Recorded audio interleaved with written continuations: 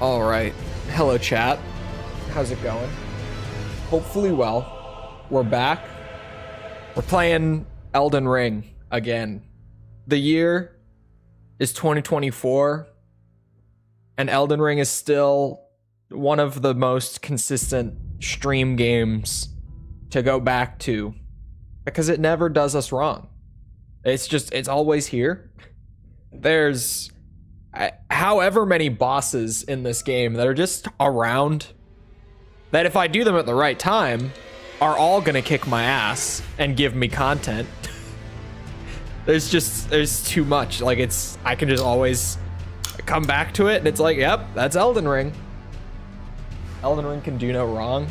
It's unfortunate that it's been surpassed by the new greatest stream game of all time, Tekken 8, but it's still here and it's still good. Anyway. And it still has that thing where every once in a while, when I start up the game, it's set itself back to full screen instead of being in borderless like it should be. Which is why the options menu was open at the start. Okay, OBS looks fine. OBS is fine. I had to throw my hand up to see it. So prepare for the DLC. That's also true. That's the main reason we're back. Because I was like, okay, I don't think the DLC is coming out in February, but what if it does? Like, I'm screwed if it does. Have you seen me play Elden Ring? It takes me so long to do anything.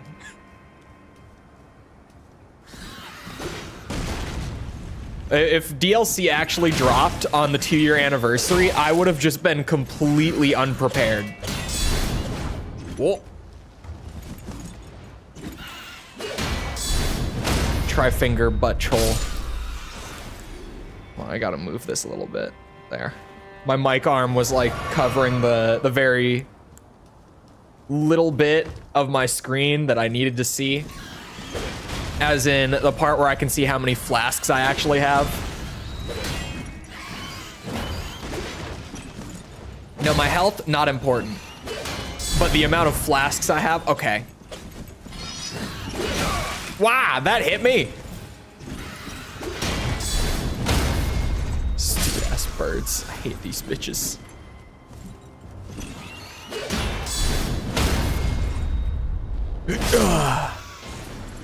Is this like Dark Souls? Yes and no in certain ways. Mostly. I mean, it might as well be Dark Souls 4. It has more in common with Dark Souls than it does with like Bloodborne or Sekiro. I was gonna say Demon Souls, but Demon Souls, like Dark Souls was basically Demon Souls 2 as well. So this also has a lot in common with Demon Souls. Combat is basically Dark Souls 3. That's what I've heard. I've played like a total 30 minutes or so of Dark Souls 3. So I wouldn't really know, like in terms of the smaller things, you know, the little things that you would know just from like hours and hours. But I've heard that the combat is basically the same as Dark Souls 3, plus like jumping, I guess. I'm out of here. What was I about to say? Oh yeah, like out of all the Soulsborne games, Elden Ring is probably the most similar to like Dark Souls 2. Here come the fanboys. I said what I said, okay? I've actually played all of Dark Souls 2. All 52 hours of it that I played on a first playthrough. So I'm gonna say it. Because it's true. Chole doesn't mess with Final Fantasy. Chole has played a Final Fantasy. Chole doesn't have a PS5 though. That is the big thing. Oh.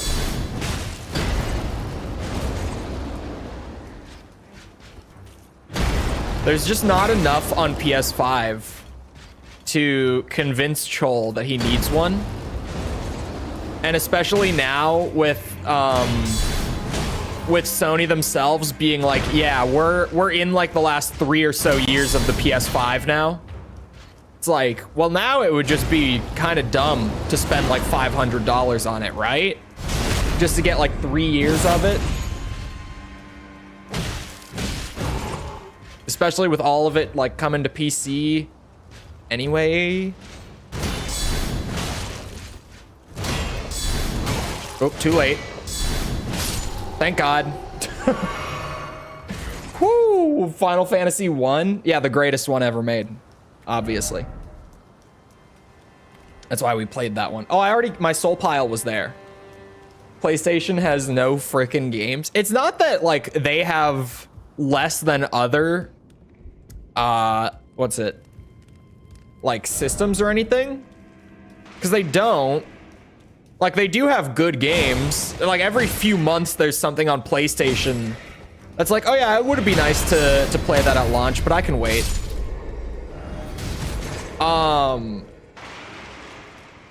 But it's just like, for me to spend $500 on the system and then buy the games, like, is it worth it?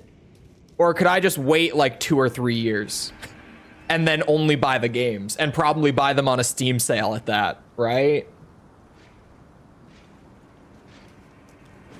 I can wait. PlayStation and Xbox have like no exclusives anymore. Hi-Fi Rush is coming out on PlayStation soon. Speaking of PlayStation and Xbox exclusivity.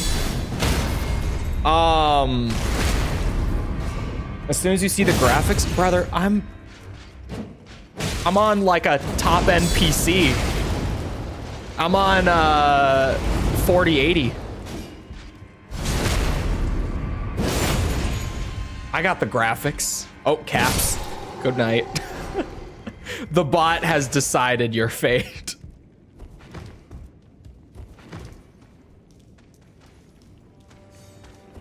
Speaking of my top-end PC, I've been trying to play some Tekken in my free time again. And by this, I say it like it's been a continuous thing. I tried to play some this morning when I had a little bit, when I just needed a break from what I was doing. I opened Tekken. It blue screens my PC. Just immediate, like, game opens, blue screen. And I just kind of sat here and I was like, I meant to drink that. I was like, okay, that's new. And I kept trying to play Tekken for like 20 minutes. It's giving me that out of memory error, but it's actually crashing now. It happened on stream like a couple Tekken streams ago where it was like, oh, you're out of VRAM. And then it pulled up a thing that was like currently using 2 gigabytes of 16 gigabytes of VRAM. And I like laughed it off and showed it to you guys because I was like, oh yeah, my Tekken's been doing this. Where it says that I'm like out of memory when literally the numbers in the message saying I'm out, like they're not even close to being at capacity. Now it's actually crashing when it's giving me that message. And I have a Tekken stream scheduled for tomorrow, so I'm gonna try to sort that out tonight if I can. I might have to like force my computer to give it extra memory, or I don't know what. I'm gonna look at it. I got this. Actually, do I want a shield? Do I not want a shield? What do I fight you with?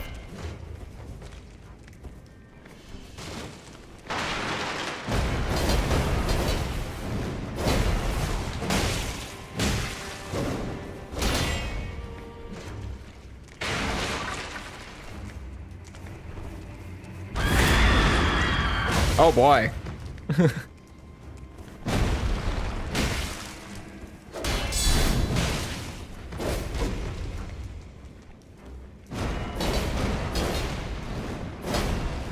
Come here. Oh God.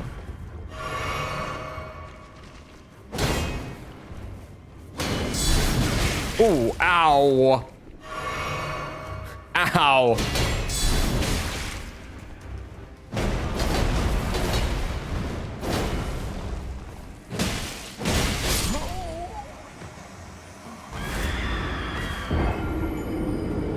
Me using my modern day PC to play Sid Meier's Alpha Centauri from 1999 because EA just dumped a ton of older games on Steam. Look, I'm not gonna lie. I played Doom last week, like not 2016.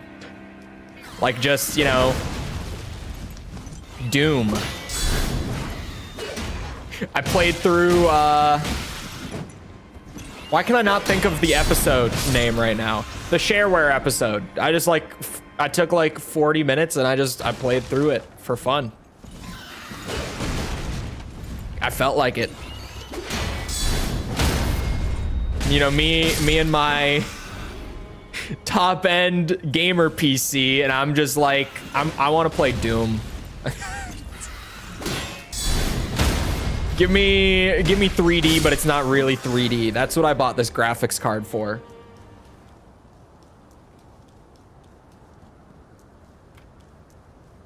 Where can I use caps? The filter is there. It's one button press. Turn them off. It's just a toggle. Like boop boop. Not even Brutal Doom. I think Brutal Doom is too far. Like it's fun, but you know, I played it once, like all the way through, and now I just go back and play vanilla. It's fun though. I do like it. But like if I want to go back and play Doom, I just want like old Doom. If I wanted something like Brutal Doom, I'd just go play Doom Eternal, to be honest. It's not the same, but like if that's what I'm going for, I'll just go there.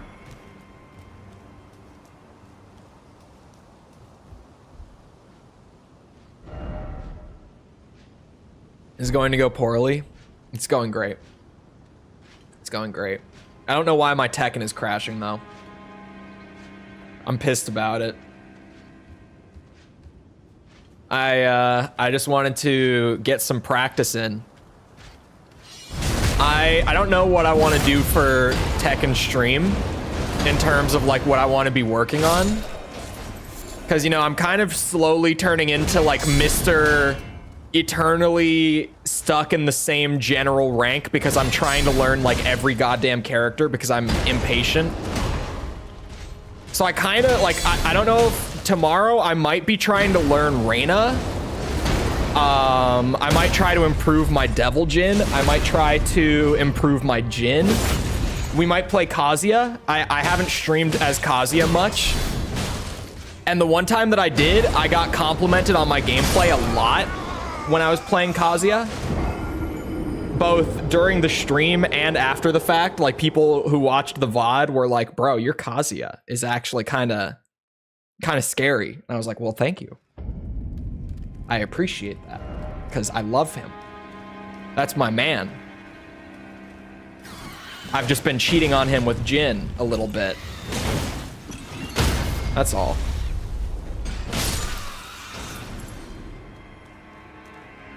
Come here. You think I'm afraid of birds? I can't believe that hit. I cannot believe it.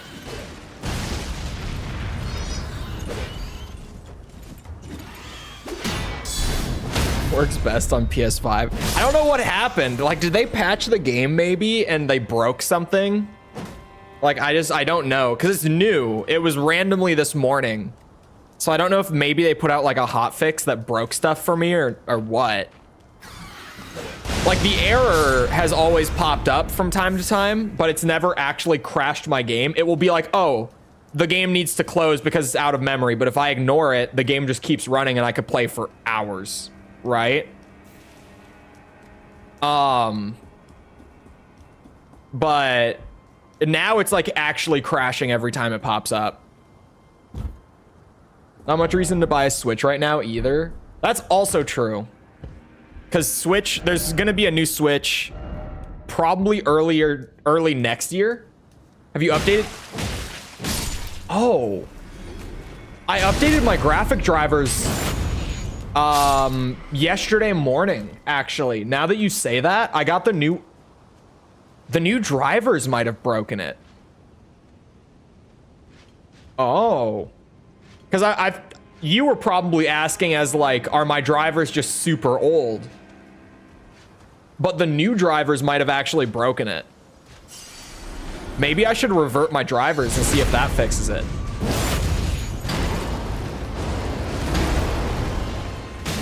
Uh-oh. Because I didn't get the new drivers because like I needed to. It was kind of just one of those things where I was like, oh, I haven't updated drivers like since Tekken came out. So it might be worth getting the new ones. But yeah, maybe I should try to revert back. That might be it. PC never becomes obsolete. See, this man is speaking facts. It's true. He's dropping wisdom in chat. I would listen. I would listen. Backwards compatibility is not a concern because it all runs on the same operating system. I would listen. I would listen.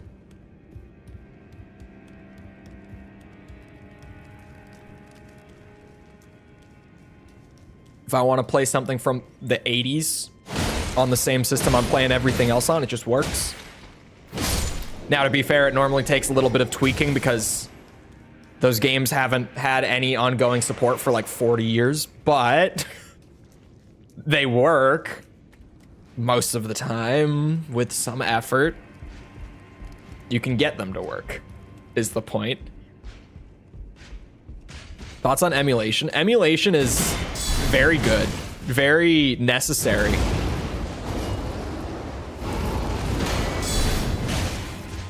I'm assuming this is in relation, the most recent like emulation news, like everyone has been talking about it again because of the Yuzu thing. Emulation is especially necessary when it comes to companies like Nintendo, whose policy for preserving their games is either to not do it at all or to lock it behind a $50 a year paywall to access.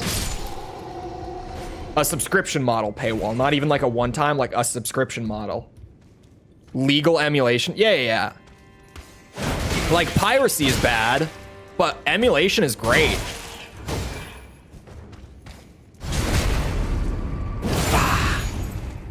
Upgrade parts at what cost? I've talked about the like financial breakdown for PC before. The initial investment to get into like PC gaming is a lot higher, and it scares a lot of people off because it makes them think that it's like substantially more expensive when that's not necessarily the case. Because the thing with PC is that unless I'm buying a game like literally the first week it's out, I'm not going to buy it at full price. You know why? Because I use a little thing called Steam, you know, the go-to game launcher on PC. And on Steam, the wonder of Steam is that games go on sale insanely regularly for like minimum half off. A lot of the time up to like 75, 80% off. So if it's not a game that I'm gonna play like the first week, I'll just wait a little bit. And then I'll pick up like, I don't know, what's a game that came out a few months ago? Assassin's Creed Mirage, I'll pick it up for like 30 bucks instead. So like, I definitely spent more building the thing than I would have just buying a console. But it also depends how many games you play. If you're someone who like kind of gets around and plays a lot of stuff, then you really get a lot out of how much cheaper things are on PC. But if you're someone who's like, I play Call of Duty and that's it, then like, you know, if all your time is in just one or two games that you just like to play all the time, which is fine, then PC will be more expensive. It kind of just depends the kind of person you are. For me, because I get around so much, long run, I end up saving money on here compared to on consoles. Because I used to be a console guy until like a few years ago. And since moving to PC, I've definitely spent way less on like buying games and stuff. Like way less. I don't know if shield is a good idea. I don't think the shield is gonna work.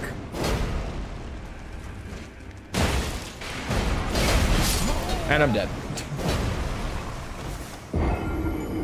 You don't have to buy a whole ass console every 8 or so years. You do have to like upgrade your main components roughly in that time frame. I upgraded just a few months ago, right? Do I think this year is the year for Prime 4? No. Hear me out. Right now, my prediction is that Prime 4 is going to be a main launch title for the new system that Nintendo has cooking. And we know that they recently delayed the new system into early next year because they're waiting on their software teams to have more ready to go for launch, which is fancy speak. They use the word software teams to make it sound like it's about the console when it's not. This is a little industry trick that I'll let you in on, you know, wink wonk. They don't actually mean like, oh, the console's operating system needs more time in the oven or anything like that. What they mean is the studios that are currently working on launch titles need to get more time for their games, so we need to delay the system if we want them all to be there at launch. That's what their statement actually reads as. My guess is that Prime 4 is one of, if not like the main game that they're delaying for. That's my current prediction.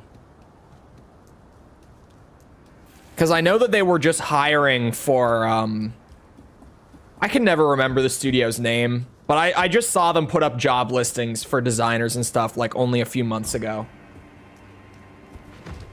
What do I think is going to be the holiday game this year? The holiday game this year? Right now, to be honest with you, whole lot of nothing. Like, from what we know currently, it'll probably just be Call of Duty again. Like, hold on. Let me go to a release calendar. Here. I have one that is easy to access. Let's see.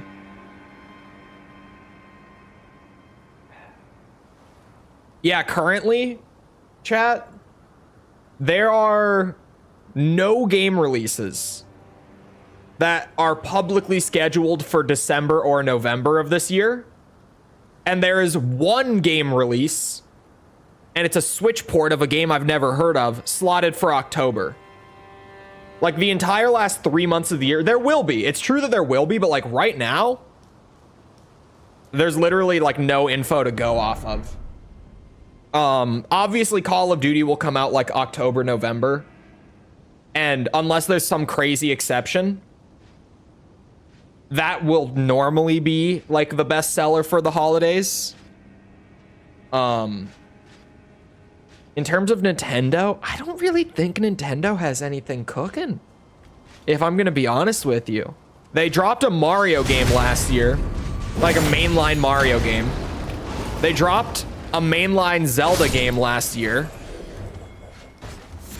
The next Metroid is, in my opinion, more than likely being reserved for the new system.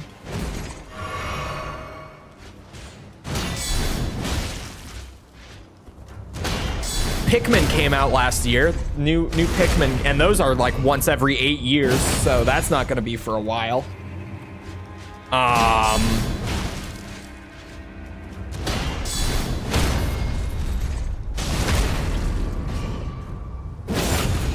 It's rumored that 2D Donkey Kong is coming. That would be kind of cool. That's not like a big... It's not like a flagship... Oh, Pokemon. I'll bet you they have a Pokemon coming out this year. Yeah. Never mind. Pokemon. It's Pokemon. As disappointing as that is... I'm locking in my answer. It's Pokemon. Donkey Kong is cool, but Donkey Kong is not that big. Like, it's not a flagship franchise for them.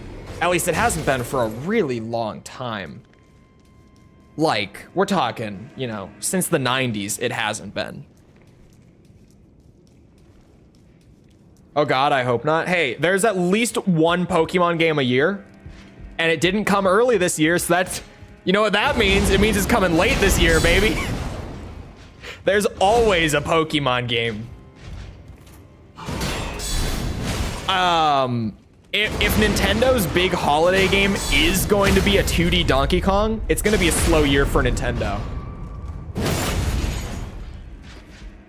Wouldn't be surprised at another Smash Bros. I would be, to be honest. There's never more than one Smash Bros game like per system, right? Correct me if I'm wrong. Like they make one Smash game for each system. So I would also say that like they probably have something in the works because they stopped doing DLC for Smash Ultimate. But definitely like for the new system, not for this. True, that is true. I wasn't 100%. I was like, maybe one time they released 2 of them.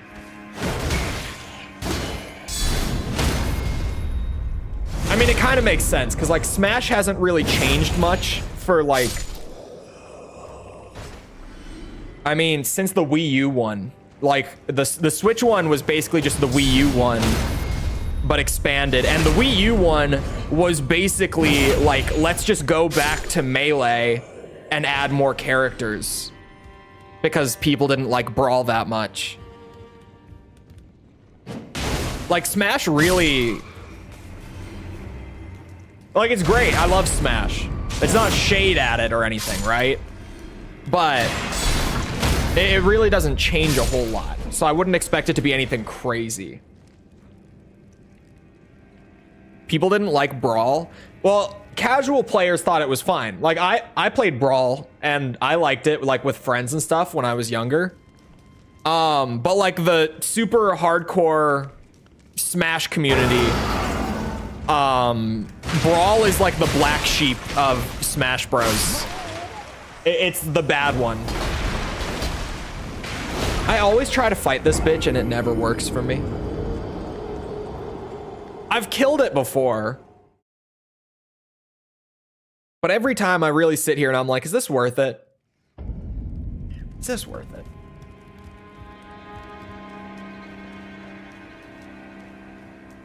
A reboot? How do you reboot Smash Bros? Aren't they all kind of just their own thing? Is there like interconnected Smash lore that I just don't know about? You have little to no skill. Wow, little to no? Excuse me, sir. How do you think I got this far with 10 vigor and no clothes and no weapons? Excuse me. I will have you know.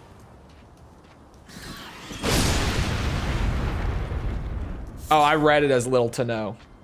I was reading fast. Smaller roster is what people are thinking. Why? I feel like Smash like sells itself off the roster. Why would you make it smaller?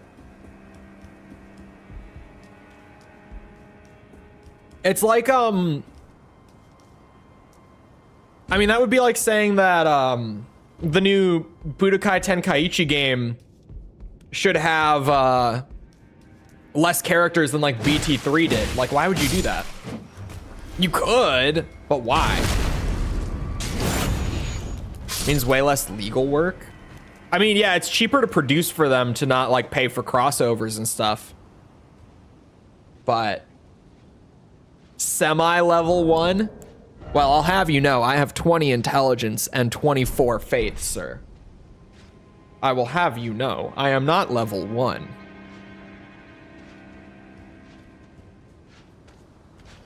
It's just that my sword is not powerful enough.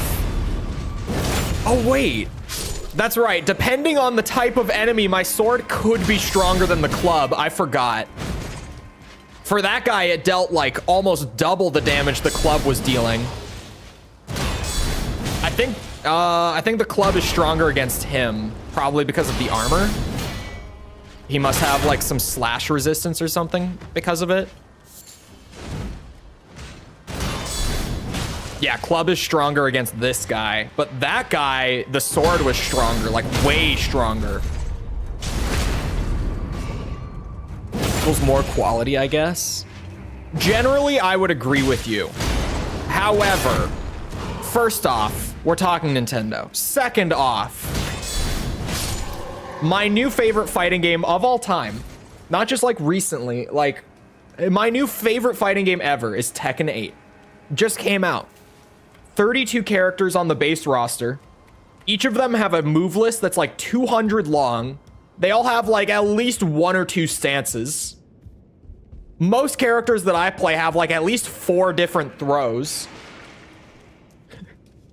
Like, Tekken is now the example of with good developers and with time and a budget, you can have a game that's as wide as an ocean and as deep as an ocean. Like, you can have it both ways. Tekken 8 is the new example of it for me, where I'm just like, there's 32 characters and they all have so much depth that you could play them for hundreds of hours and still be learning.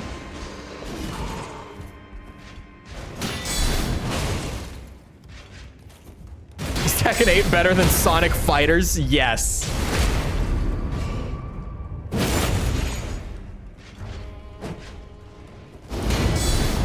Oh, that was a bad time. He doesn't stop. Oh.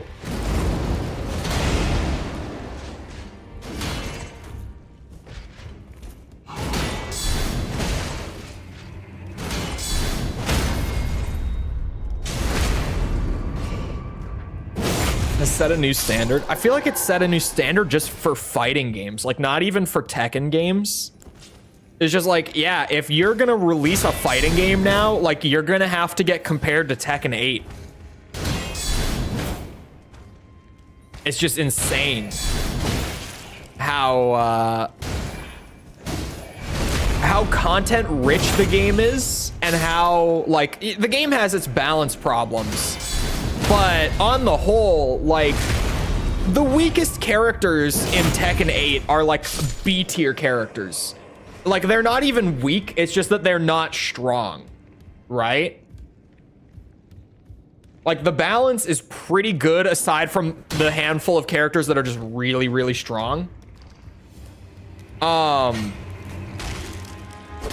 It's like, the competitive scene is thriving.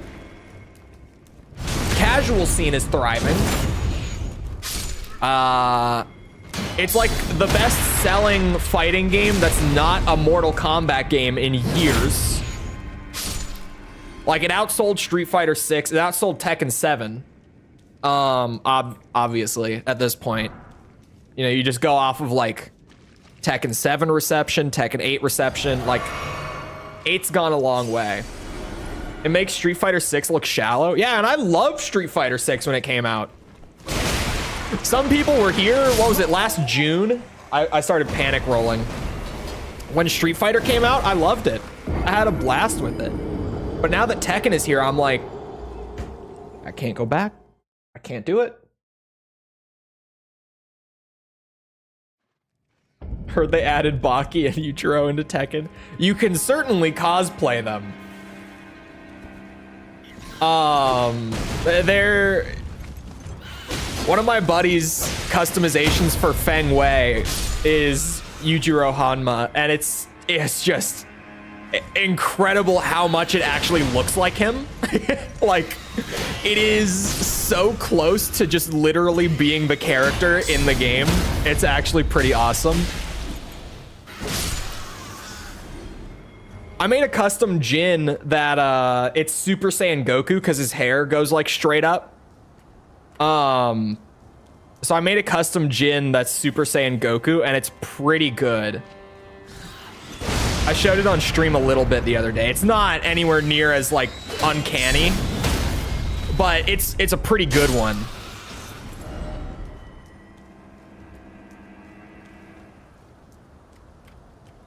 The guy that had Mario in Tekken the other day, the customization is so good. It's not, I feel like Tekken 7 had more customization, but it's still just, what's there is great. Even if it's not as good as Tekken has been, like, it's still just really good. Yeah, compared to Street Fighter 6, you have to buy any costumes that aren't like the default costumes, right? And then like Mortal Kombat 1 had like 2 alternate costumes that you could unlock, and then like a bunch of recolors for every character. And aside from that, it was just all microtransactions. You just had to buy everything. So like, you know, Tekken 8 in the current landscape of things, pretty good. I'll take the customization, even if it's not as deep as Tekken 7. Like, I can acknowledge that it's not as good as what came before, but looking at like the current landscape of fighting game customization, I'm glad that it has what it does.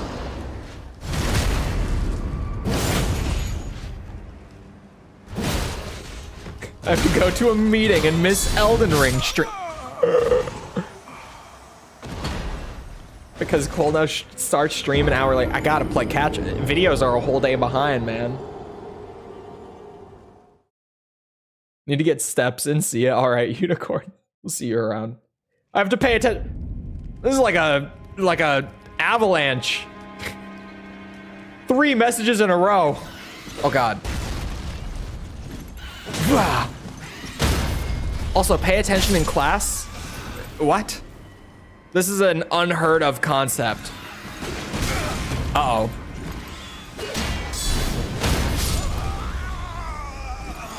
Because of you and your lateness. It has nothing to do with that.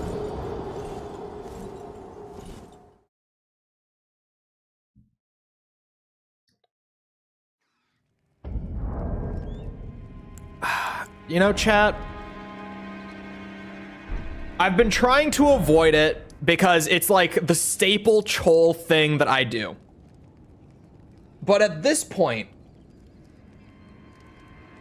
should I go and just get like 6 levels so that I can just get the stats for Sword of Night and Flame and then grab like, I don't know, 2 Vigor levels and then come back? Don't you do it? It wouldn't take long. Just get married to a more successful, beautiful woman and coast in life. I'm working on it. I'm figuring that part out right now. Hold on. Maybe then I can stream for 4 hours a day again. Maybe once I get that locked down, I can do that. I'm really thinking about it because I need 4 more levels for the sword. Even if I only just went and got the sword levels. Let's see. Let's try this 1 or 2 more times. Uh-oh. Bad start.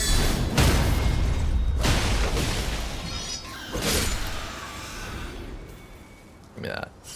I saw something about Zaxby's in chat. Where was that?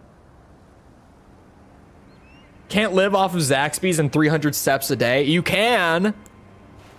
It was me in college. I miss Zaxby's. It's been like 2 years since I've had Zaxby's. Oh my. I forgot he was gonna come out. You need to farm Riz upgrades if you want to land a sugar mama like I did. The girl I dated for like the latter half of high school is in med school right now. Just saying. And that's an open possibility. Potentially. Because it might sound like it's not, because, you know, it's like a former thing. But we ended on good terms. Like, we were just moving to 2 different states, like, across the country. So that, it is still open. It's still an option. Although she's still gonna be in med school for a bit, so, you know, that's like... We could play the long con. We could. We could. We could do it.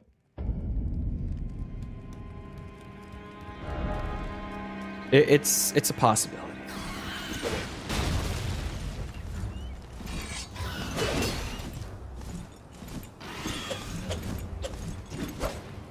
Uh-oh.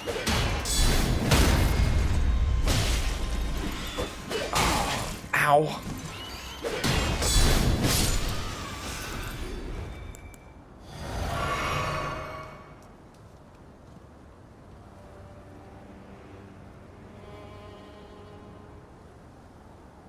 I read that before I approved it, which is the face. I got to read that before chat saw it.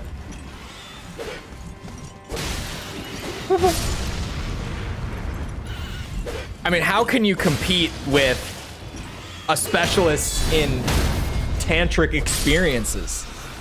Like, how do you even compete with that? Like, at that point, what do? You go, well, I lost. It's over. Just accept it. That's all you can really do. Other than become a specialist in tantric experiences yourself, but that takes time. You almost have to like plan ahead for that one.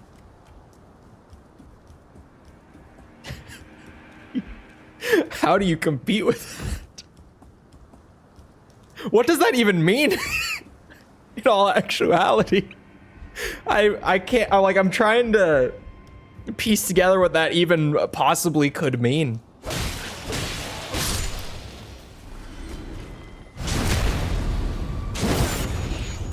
This is probably a question for Google, not for stream chat, to be honest. McDonald's or Burger King? Neither? That's a good answer. I mean, taste of the food, McDonald's edges it out, right? But McDonald's is so expensive nowadays for no goddamn reason. Like, they have no right to be so expensive. Their food isn't good. And they charge so much for it now. Like, when I used to get McDonald's, it was because it was cheap. Right? But now, like an actual, like a combo meal, whatever it is at McDonald's is like what, 11, 12 bucks?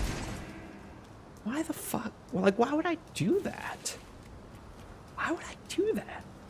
I could go to Wendy's and I could get the $5 Biggie. It's like 1,200 calories of food for $5. Why would I go to McDonald's and get food that tastes worse than the Wendy's food?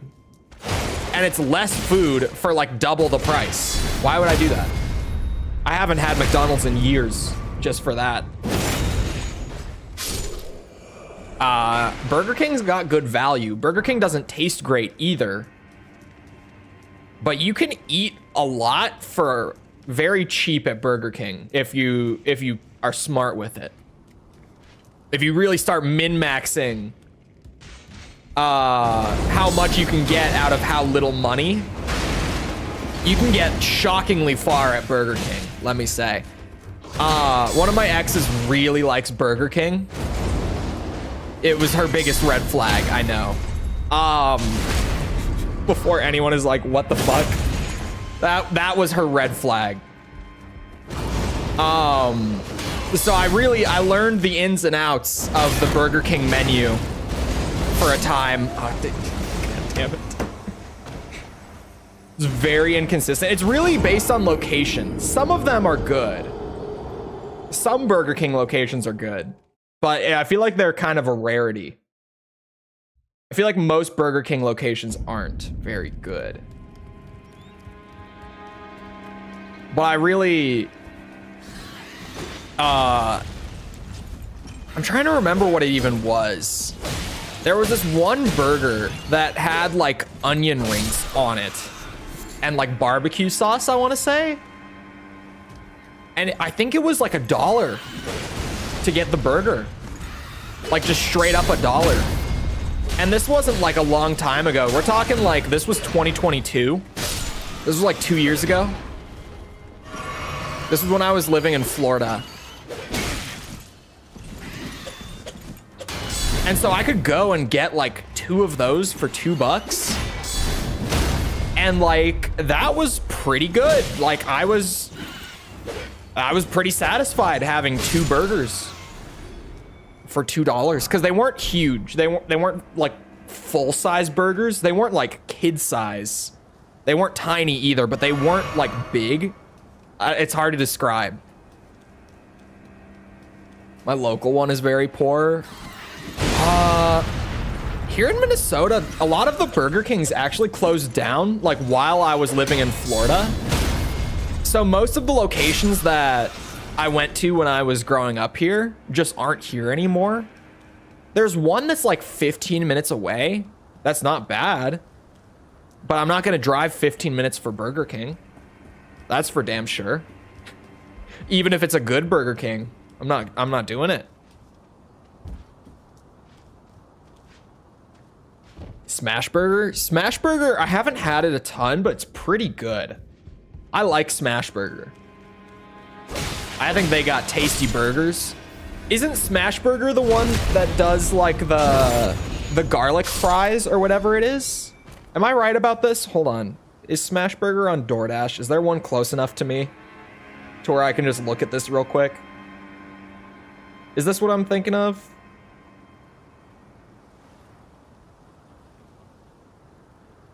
Smash Burger. There is one close enough. Yes, they've got the smash fries, right? Oh, that is what I'm thinking of. Yeah.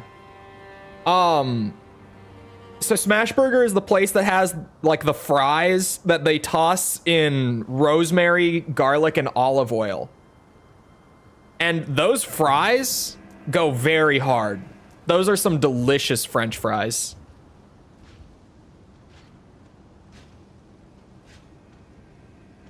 I could talk about fast food for hours. I used to do that on stream, genuinely.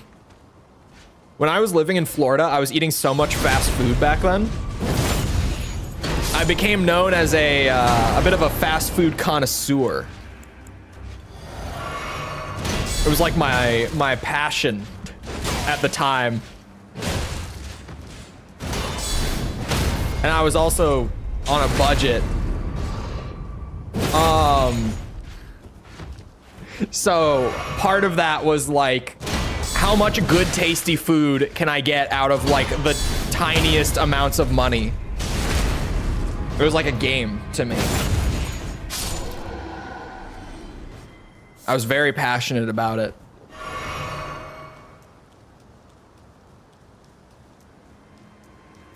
A hot girl can make a channel and get millions of views if she does something mundane like play guitar or be very good at a game. I mean, yeah. The thing is, like, they can get millions of views doing it off of just being like a really attractive person, but they can't really sustain it if there's not anything substantial behind it, right? It's like the classic, like the Twitch thought discussion, where it's like, if people are choosing to just go and watch like a boring ass stream that just happens to have boobies over your stream, it's probably because your stream sucks. It's not because the boobies are that OP. Like, your stream should be more entertaining than boobies, realistically, right? Oh God, oh God.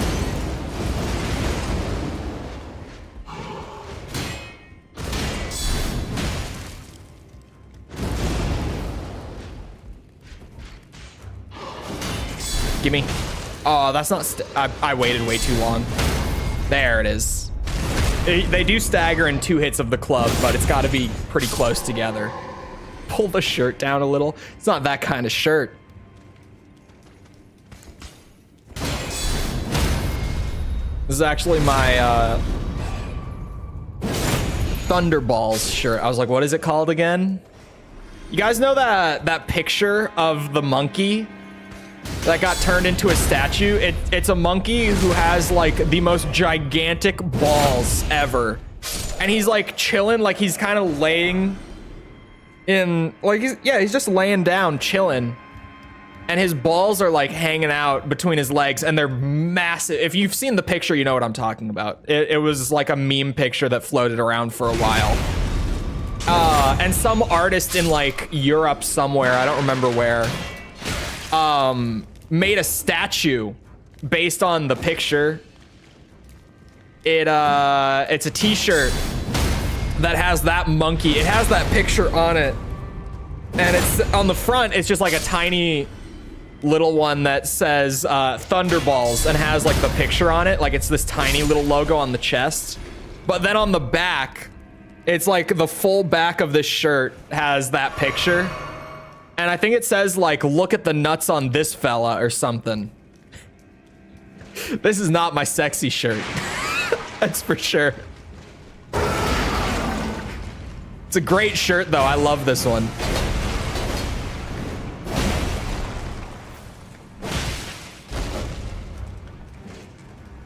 Why? It's actually, it's YouTube merch from a couple years ago. A YouTuber made a whole merch line around that picture of the monkey. And the merch line was called Fund the Balls. And the whole reason for the merch line was that he wanted to create a crowdfund where in exchange for me getting this shirt, the money that I used to buy this shirt went towards that guy straight up buying the statue. And he did, for the record. Enough people bought the merch that he owns the statue now. He bought it from the artist. He now owns the Thunderballs monkey statue. I thought it was so funny. I couldn't help it. Like the shirt was funny. The story behind it was even better. I had to buy one. I couldn't help myself. It's a great shirt.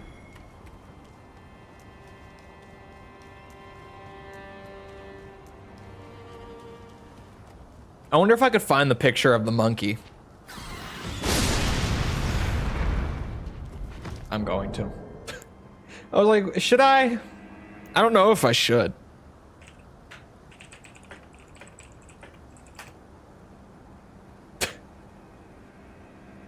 It's this picture. Yes, I found the picture.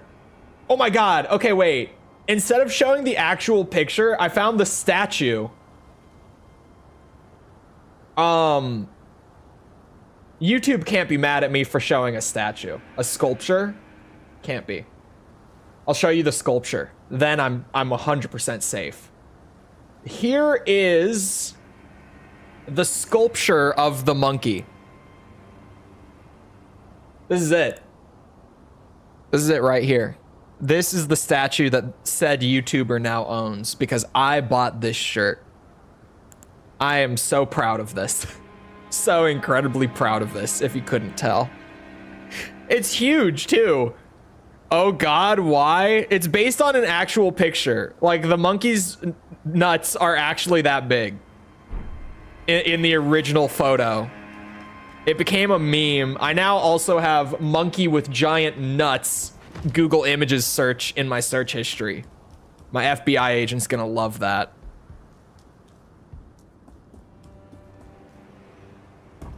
Oh, shit. There we go. I found my way through. Oh, look, a samurai. Everyone knows that's the greatest way to play Elden Ring. Until you discover that running around in a thong is even better. Monkey. I was talking about my t-shirt. My shirt has a picture of that monkey on it. On both sides, front or back. I wore this shirt to so many events after I bought it too. I wore it to school once when I was still in college. And I didn't really like think about it too much. And I was kind of just chilling. I think it was like during lab. And I was talking to someone like over on the other side of the room from where I was sitting. So I was standing up and the professor walked by behind me and just out loud goes, "Look at the nuts on this fella." Just reading the back of my shirt. And I have never had such an oh shit moment in my life where I'm like, why am I wearing this shirt to school? What's wrong with me? How did I get here? The Wall Street Bull. Oh, really? But hello, Finn. Oh, okay. We can do it that way. We can do it that way. Oh, I gotta get my game plan figured out for the Tekken stream tomorrow. Cause like the last time that I had one scheduled, I knew like, oh yeah, I'm gonna be learning Devil Jin for that stream. Like that's the goal, is to learn Devil Jin on stream. But now I'm kind of like, I could learn Reina. I could work on literally any of the 3 characters that I play. After I learn Reina, I also kind of want to learn Steve. I'm not gonna lie. I'm gonna be that guy who plays like 6 characters. As if, you know, Jin, Kazuya, Devil Jin, and Panda, and Kuma weren't enough. There's like 3 more characters I want to learn. I still want to learn Reina. And more recently, I've been kind of thinking about like Steve and maybe Hwoarang. I've been thinking about it. I've been having thoughts. I might work on my Jin. I feel like my Jin is better than the rank I play in right now. I rank up really quickly when I play Jin right now. So I feel like maybe I should just keep going until I like hit the point where I'm kind of where I should be. You know what I mean? Like just keep playing Jin until I get to that point where it's like, okay, I'm plateauing in terms of like rank points. My Kazuya is actually like that too. My Kazuya I rank up pretty fast on still. Devil Jin, I'm already at the point where like I'm really working. I played Devil Jin for like 2 hours to go from warrior to assailant on the last Tekken stream. Devil Jin is not great. Why the sword when you don't have stats for it? We have mostly the stats for it to the point where unless an enemy has like slashing resistance right now, the damage from the sword is better than the damage for the club. So it kind of just depends at this point. It's my favorite ice cream. I don't really like ice cream that much. It's a weird sentence, I know. When I do have it, vanilla is just the best. Not like vanilla as in the crappy kind where it just doesn't taste like anything, like actual vanilla.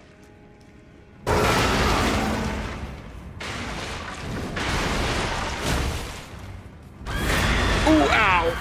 Forget that hurts.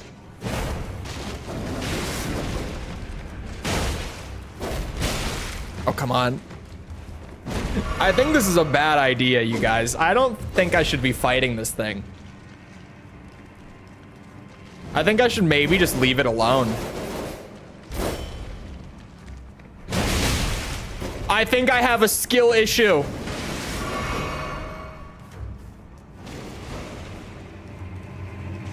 I think I'm leaving. What's in here? Oh, dogs. Sorry, the sword, full answer. The only stats that I'm missing is I'm like 4 points short on intelligence. Okay, the dogs take more damage from the club, it seems. Oh no, I'm dead. Okay, the dogs scared me a little bit. Vanilla is greater than chocolate in ice cream. I agree. I also think so. What the hell is this item? I heard footsteps and I like saw the ghost walk by. What are you? Memento left by the chrysalids before, or sacrificed for grafting.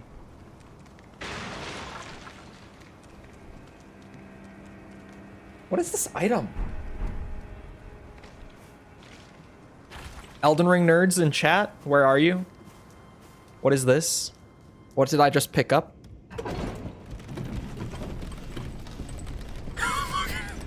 sound like a character from Seinfeld. What? You know? Oh. That's right. Shortcut. The spider is dying.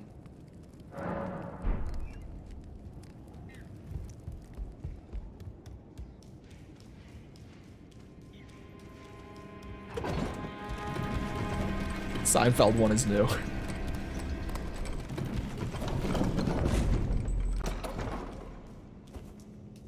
If it's the only thing going on, it's boring. No. No. It's for the Spirit Tuner Lady's quest. That's why I don't know what it is. Holy shit. It's because I have never done spirit tuning, like, for real in a playthrough. Because I'm so, like... I play Souls games like a real gamer. I don't use summons. Did you ring the Elder yet? Not yet. Oh, fuck.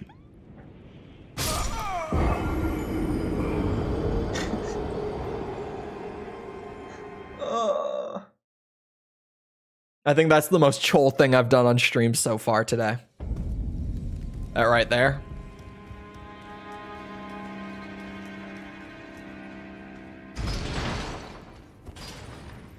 Okay, this time the spider dies, probably. Gives you a golden seed for that, but once she moves to the round table hold, it gets replaced by a hood, so it's easy to miss. Huh.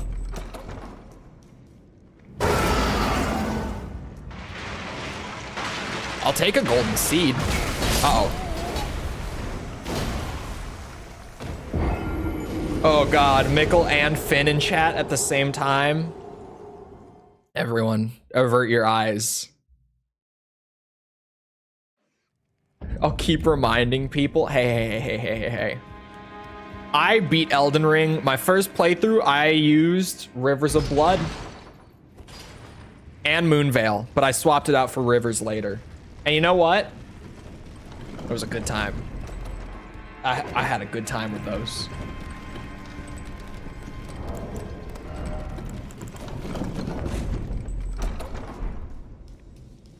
My love. Ah!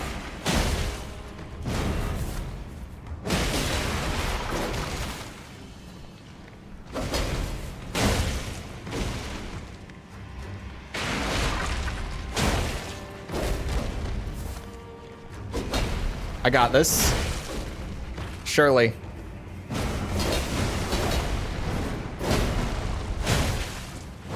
Ow!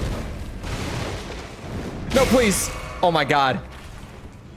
Could you stop?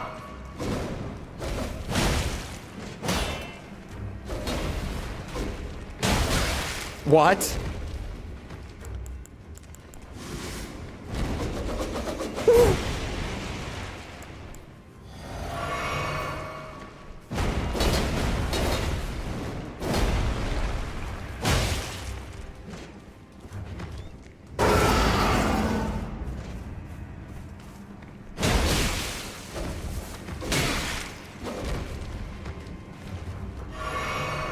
Is he gonna spin? Please don't spin.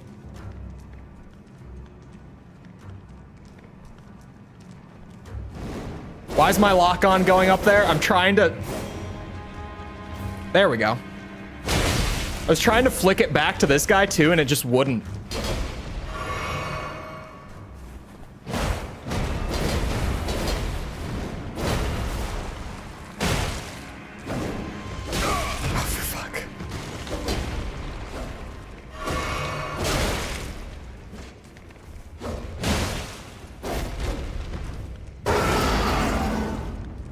Safety heal. We're in a good enough spot for it.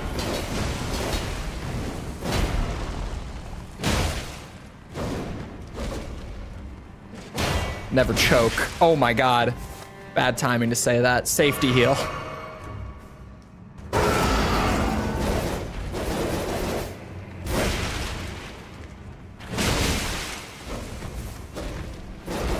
That's why we safety heal. That's where the concept comes from. Haha! Bitch man! I did it. Spider's dead. The Swede shield off your back. I am going to run the shield for the entire playthrough now. Just so that we're all on the same page. Only because Mikkel hates it so much. The Swede shield, it's staying. I'm using it the entire... Where did you come from? Who are you?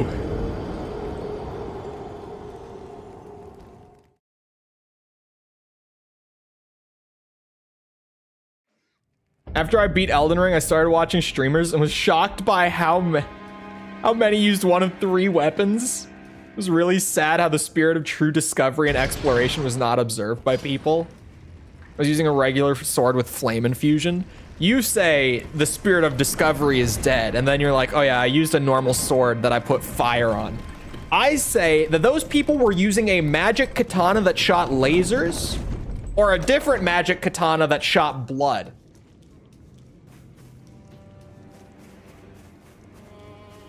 Think on that for a moment. Deserved. Ow. Oh my god, please.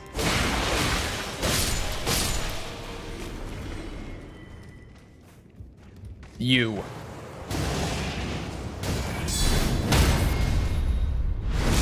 Use rivers of basic bitch. Hey man. Whoa.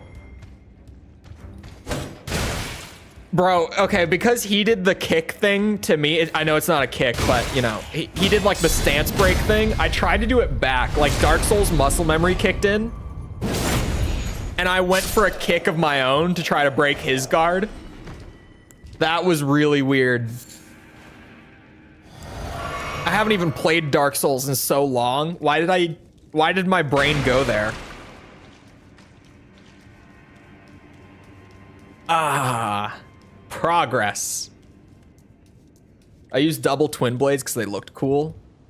I used Rivers of Blood because it looked cool, and Moonveil because it looked cool. And I started with the samurai at the beginning of the game because it looked cool. Rule of cool is valid. I don't want to go there. I'm not bothering you. Please don't bother me.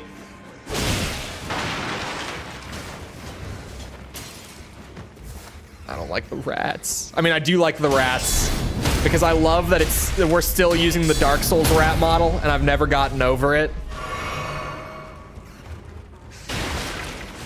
Is Unicorn still here? He apparently just beat Dark Souls 1. He'll recognize these rats. They're a little fuzzier than they used to be, but the model is the same.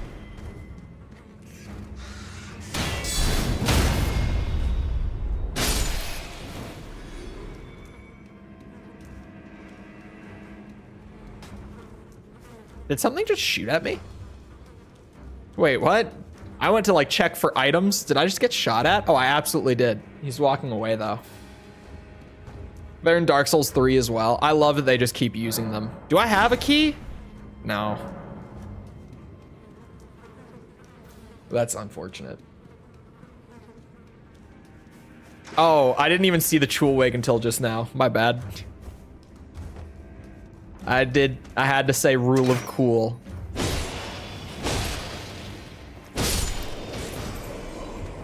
Okay, hold on. Let me get my timer going.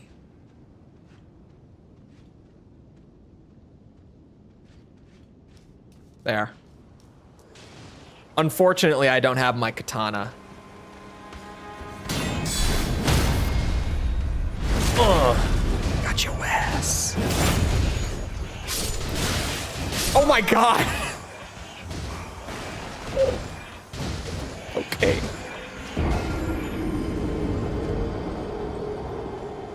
Hold on, Mikkel. Earlier I asked, and I was told not to, but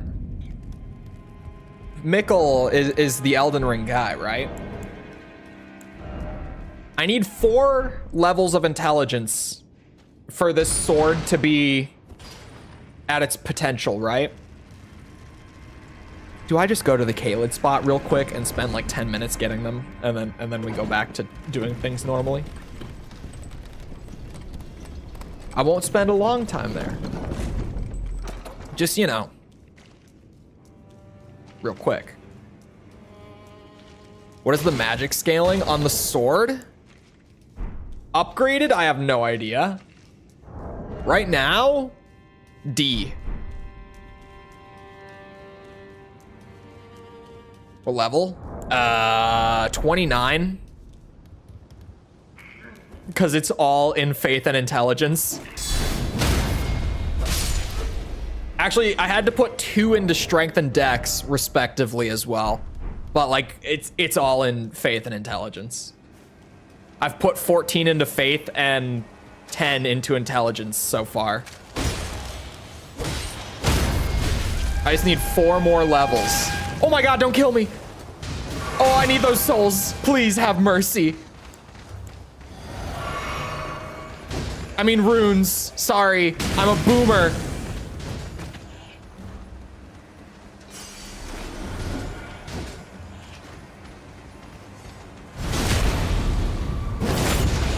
Like 10 of the little Caelid goobers. I know, but it used to get memed that every time I played Elden Ring, I would go to that spot and farm my stats up, and people got so annoyed with it that for this playthrough, I was like, you guys, I'm not gonna do it. We're gonna just play the game. No farming this time. We're just gonna play the game. But right now, I'm kind of like, man, those guys drop what, like 1,000 to 2,000 a piece, I think. And I only need like 20,000 to get up to that level. I could just go and kill like 20 of them. And like, boom, we're done.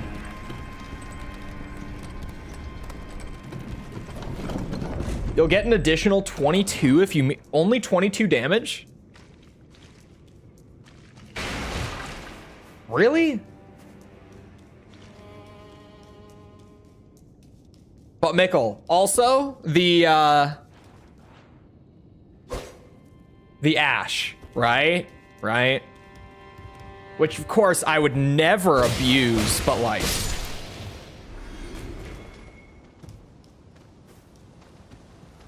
you know.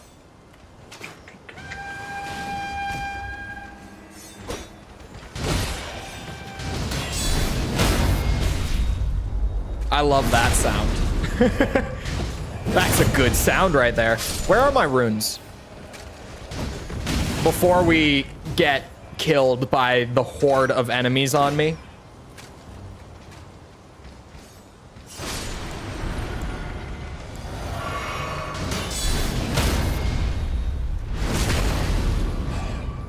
My beloved.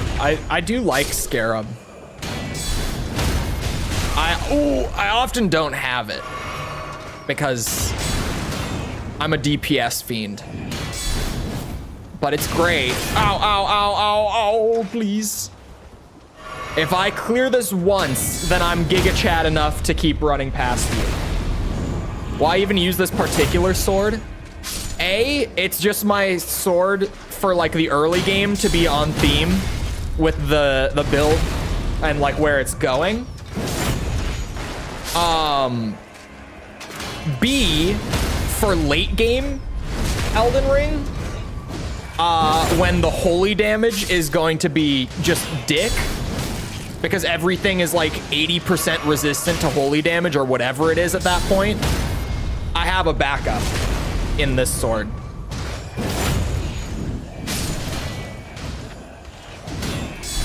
So, and it was also great because like day one, I was able to just run straight there and grab it to like have something to be running around with as early as possible. But I kind of underestimated how long it takes to get these stat requirements without rune farming, because with rune farming, it would have been like, oh yeah, I can get those stats so early. But with my whole, like, this time I'm just gonna play the game like a normal human being, are minimum 40%. Yeah, like what is Elden Beast's holy resistance?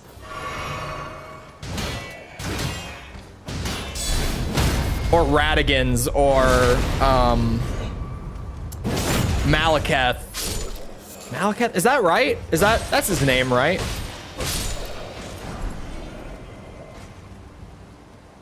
Because like those bosses are normally hard enough for me.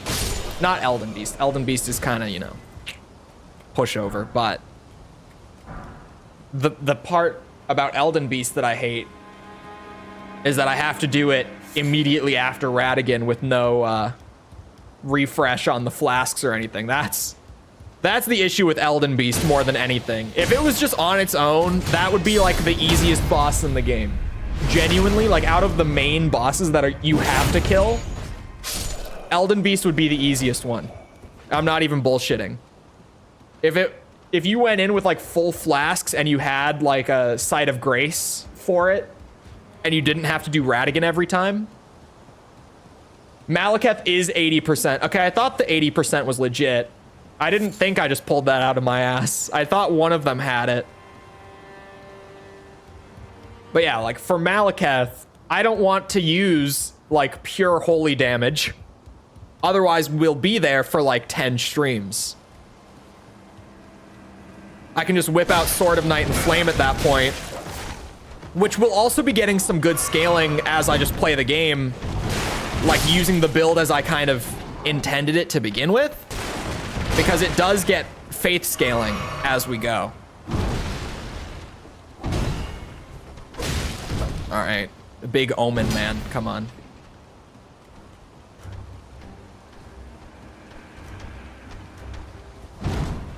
How do you do this? There's some attack of yours that opens this up, right?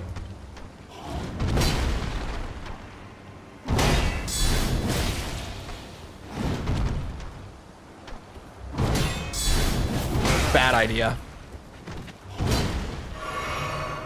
I could have sworn.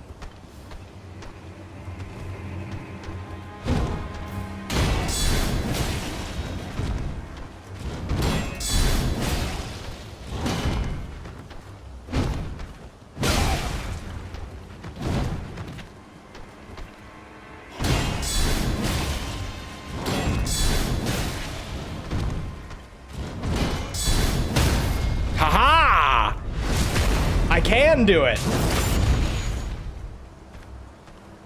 Oh, the troll opens it. I remembered it as being this guy. Fuck. Oh, Malekith, Radigan, Elden Beast, all 80%. You can also block magic attacks. Love him. He is actually one of my favorite bosses in the game. I think Elden Beast, like if we're talking no Elden Beast, Radigan is up there for me. Elden Beast like holds him back. I don't like that. I don't like the Elden Beast thing, but like Radigan is a great boss. I love that boss. I have great memories of the Radigan fight. Like how on my first playthrough ever, I was using Rivers of Blood. So like I had to surpass the skill issue because you can't proc bleed on him. You just can't. So all of a sudden, like my gimmick was gone. You can't use bleed damage on him. So that fight was tough, like really tough for me. And then on a later rerun where I also was doing a bleed build, because I mean, it's fun. It's my favorite kind of build in Elden Ring. It wasn't Rivers of Blood, but you know, just a different bleed build. Oh my God, I'm dead. Okay. On another run, when I went back and had a bleed build, I had a shield with parry on it. So I said, you know what? I'm gonna parry Radigan to death, and we did. It took a while, but we did, and it was really fun. I love Radigan.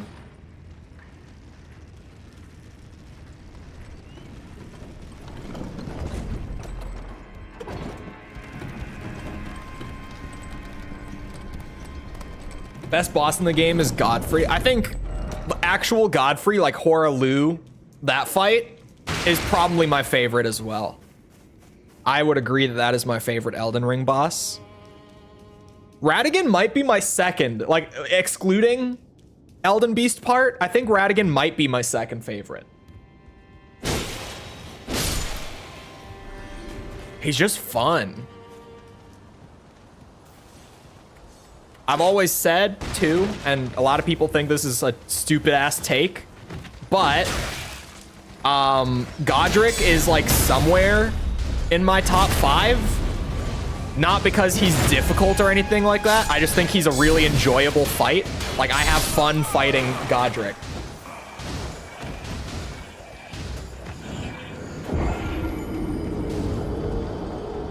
I forgot about, it's pronounced like Placidusax or something. I always forget about that boss. I'll have to do that boss this run, because I haven't done it since like my first ever playthrough. I've never gone back and done that fight again. Bosses that I've never gone back and fought, like the actual big ones, it's like Placidusax.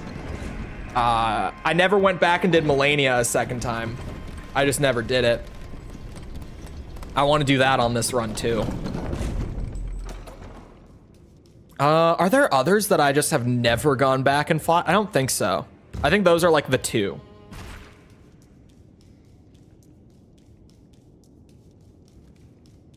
Fortisex again? Fortisex? Who the fuck? Maybe, apparently not. Who?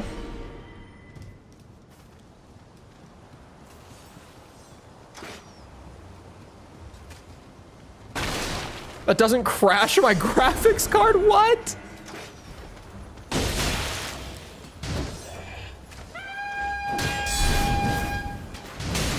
Oh my.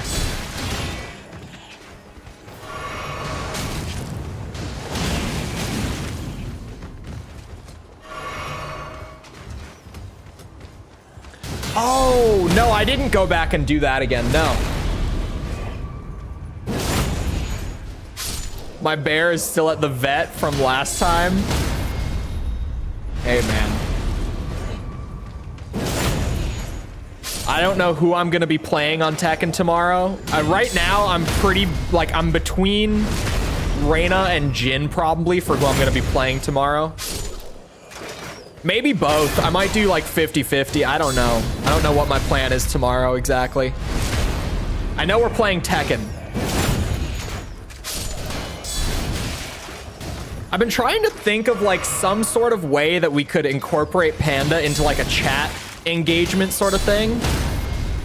Cause like there's never a time when I'm like, all right, I gotta sit down and work on my Panda gameplay right now. But like I know that chat loves when I'm playing Panda. Because, like, come on. It's me playing Tekken ranked and fucking people up on the bear. It's funny. I've been trying to think of, like, a way that we could do that.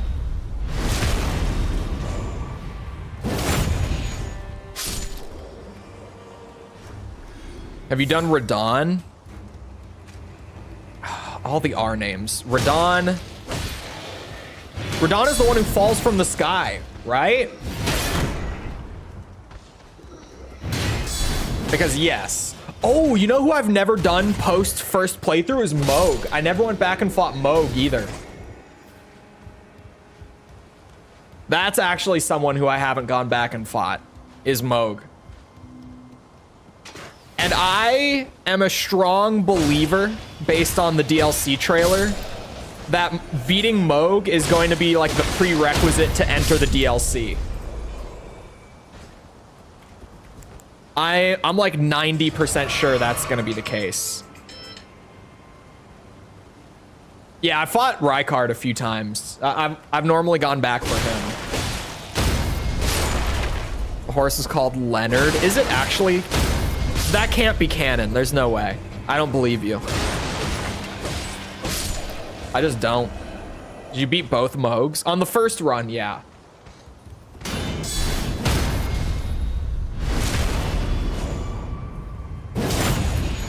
But since then, I've never gone back and beat Moog.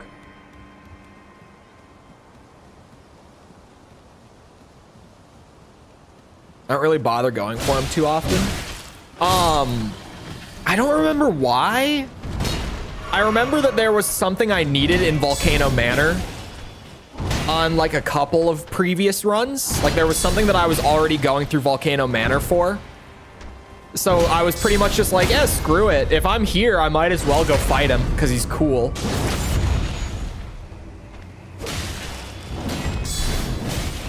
I can't remember what that was. What's a valuable item, like build-wise? Something that I was getting for my builds that's in Volcano Manor. Does anyone know what it might be? Because I'm not going to be able to remember why I was there.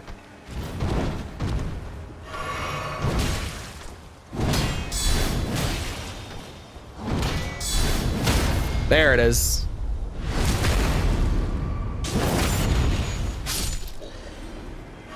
Rune level 1.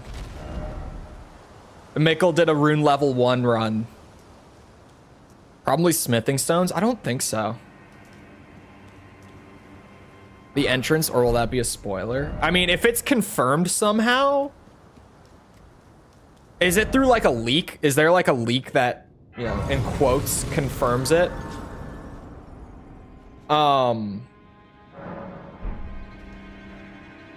Oh, heal on kill? Maybe?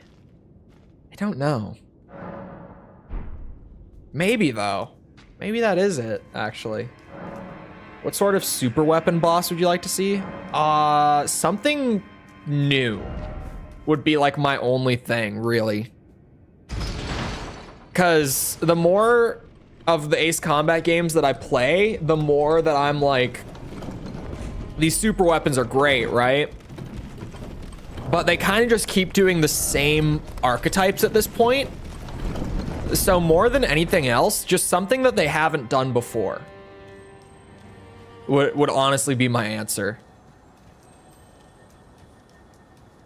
Not because any of the old ones were bad,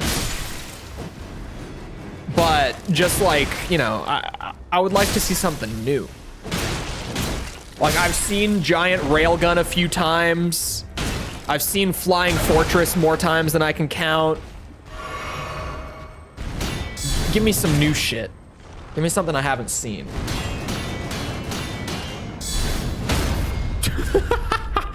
That was amazing. That was awesome.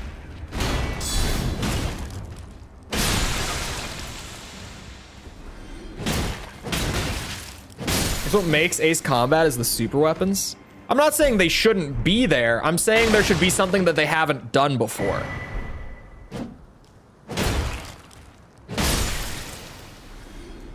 Give me that.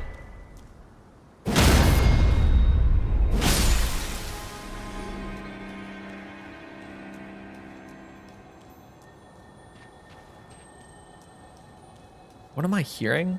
Oh, that's an ash. Hold on. I figured it was just going to be a flask one.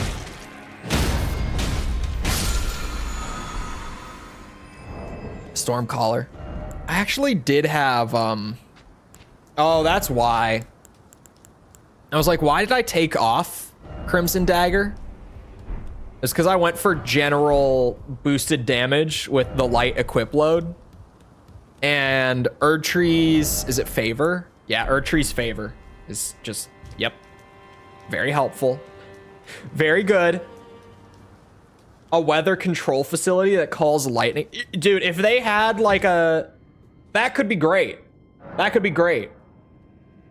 If they had like some sort of facility that can control the weather and throw like lightning or fucking hurricane at you or something. Like something that throws off your piloting. That could be so sweet. It's just something new, right? Something that, like, they haven't done before.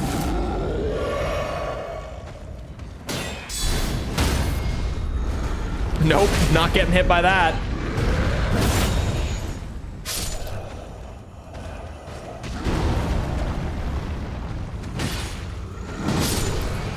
Ripozo.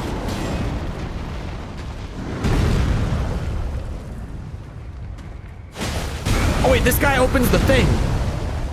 Oh, wait, this guy, okay, hold on. There's a better way to do this. There's a way better way to do this. Regal Ancestor? I think we fought Regal Ancestor a second time. I'm pretty sure. I'm not 100%, but I think we did.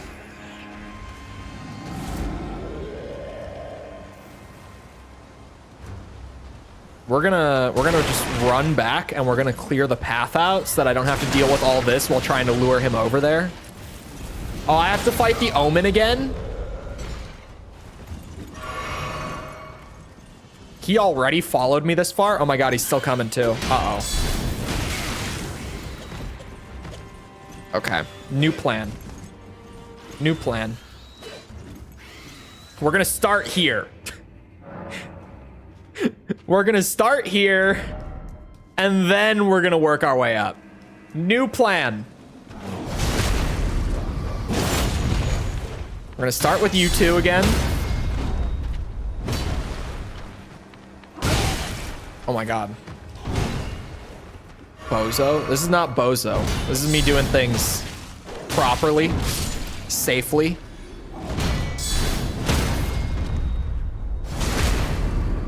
I'm not gonna spend 30 minutes doing it this way.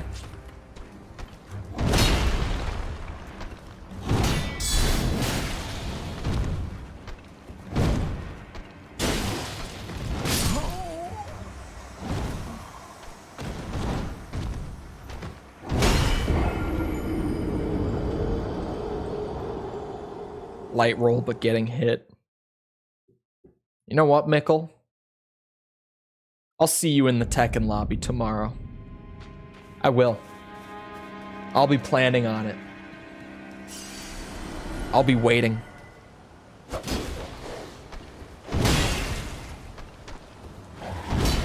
We can settle this in the Tekken lobby. Oh shit.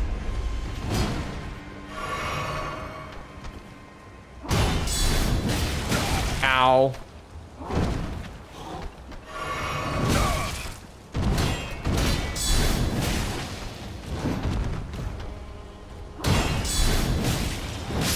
Ow. Buy me Tekken, buddy, and I'll put you in your place. You won't. You won't. You underestimate my Jin. My Kazuya. My Kazuya is my noob killer for sure. Actually. I mean, my Jin has a lot of similar noob kill stuff, but like... my Kazuya. Actually, the other day, when I played a little bit offline, I was playing Jin, and I got matched against a red rank Azucena, who was so terrible. She just like, she spammed, like her running 3-2, you know, like that running elbow move. And like the low kick that, you know, gets everyone in low ranks. So it was just like every time she came in, it was sidestep, low parry. It was just a 50-50. And every time I opened, she didn't have like combos off of them or anything. She just legit like alternated between those openers and just used them to try to get hits. I'm like, how the hell are you in red ranks? Because it was one of the freest matches of my life on Tekken.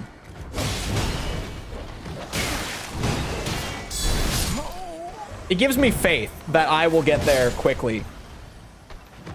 Also, this dog with the Omen, the combo here,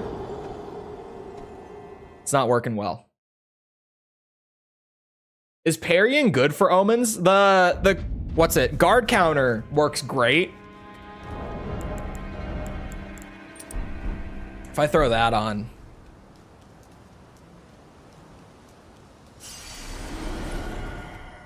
I think I just aggroed the dog without getting him. Maybe not. Come on.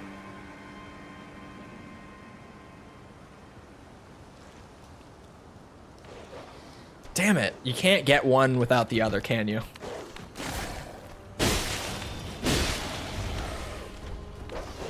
Come on, we don't have all day.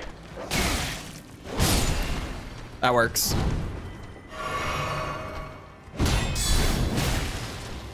This game is too difficult for your kind. I've done this before. I can do it again.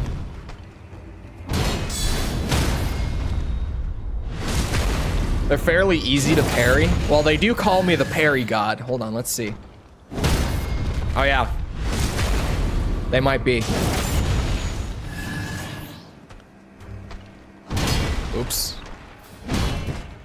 Ah, oh, I'm dead. I did it once. I did it once.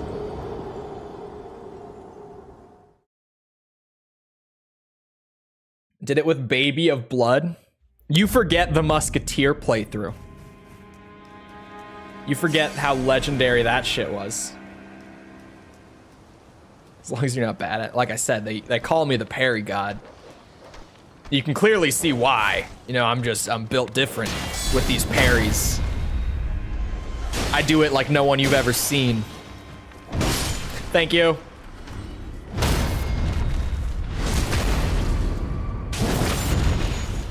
This could be a lot quicker. Oh. Okay.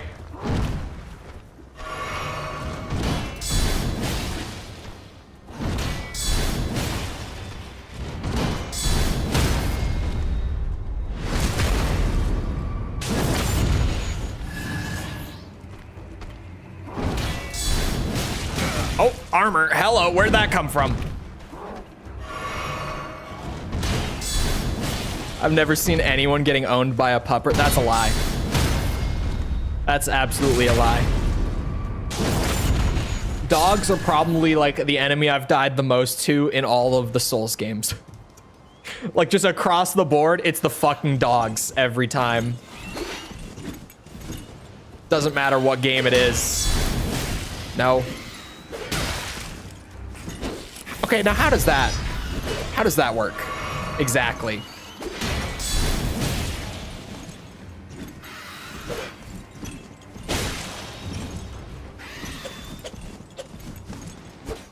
Uh-oh.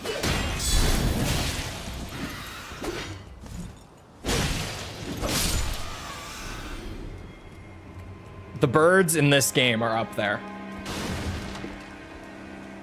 The birds in this game are very, very annoying.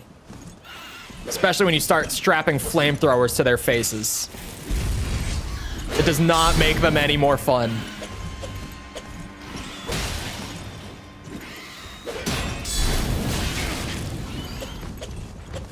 I think dogs are always the worst in these games because they're popcorn enemies in a game where like popcorn enemies are very dangerous.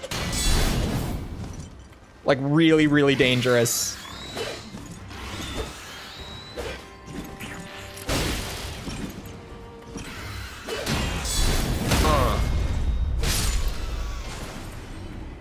Okay. Does that bird have swords? Yep. Because someone thought that was a good idea. I guess they weren't wrong. It clearly works on me. You know, if you want to defend your castle, that's certainly, as far as I've seen, a pretty effective tactic. Could you guys chase me down a little more? You're kind of bitches. Like, this guy is gonna come in and clean up. He's gonna do what you could never. Okay, just don't kill him. That's fine.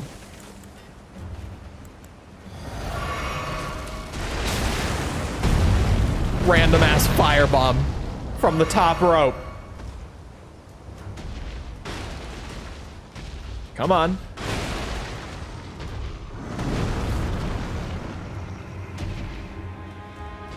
All the way.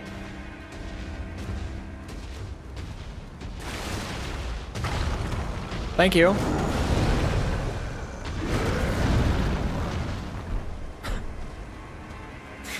Okay. I didn't know what was in there. I just remembered that it opened up. I guess they could come in handy. Never know when I'm gonna need some extra stones. Uh-oh.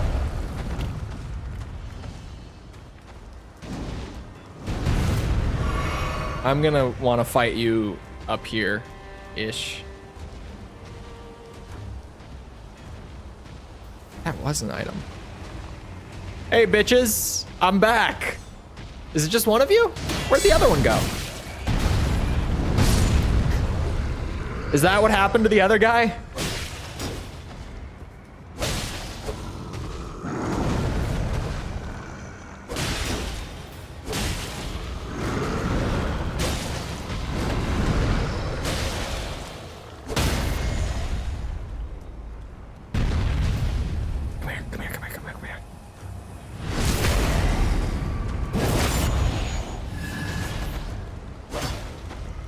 That's horse shit.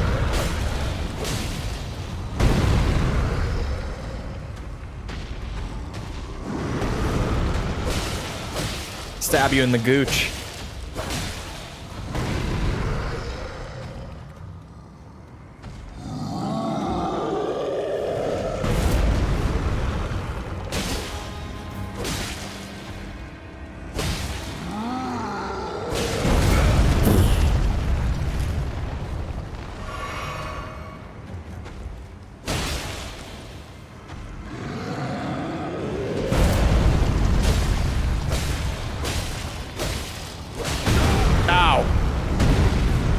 Not gonna lie, I expected a stagger in that time. There it is.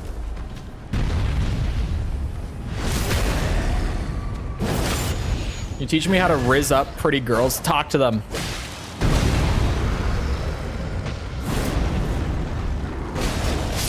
No, bullshit! What the fuck?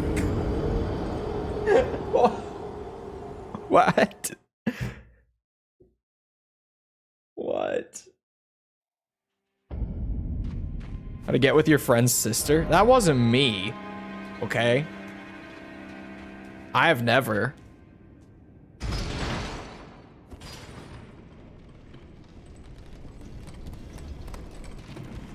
The lid on my cup is shut.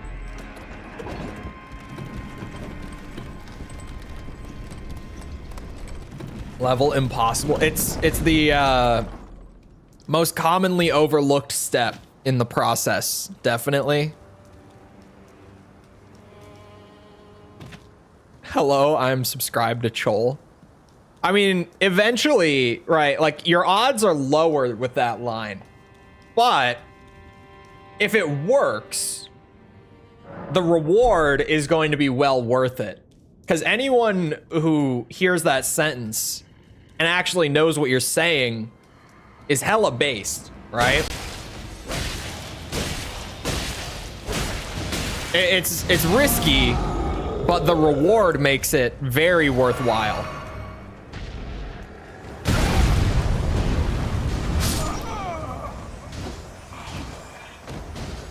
I'm dead again. Step 2, optional, have conversational skill and be funny. And don't forget that step 1, anyone can do step 1. Anyone can pull off step 1. You know what? I only need one hand. It's gotten me this far.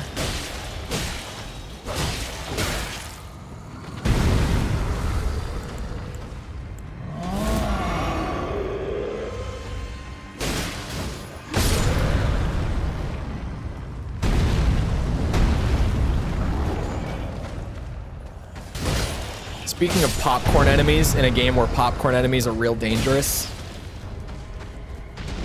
What the hell?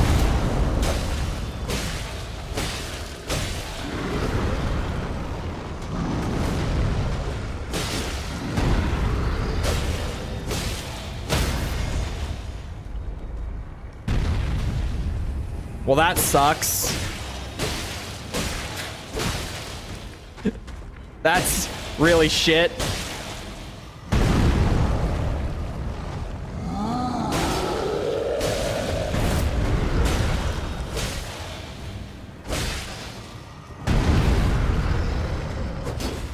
Uh-oh.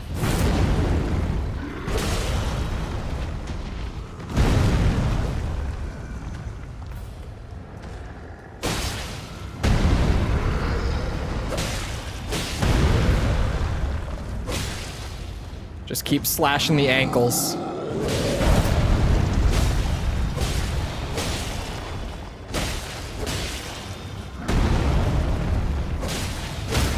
There it is. That took forever. I was working my ass off for that.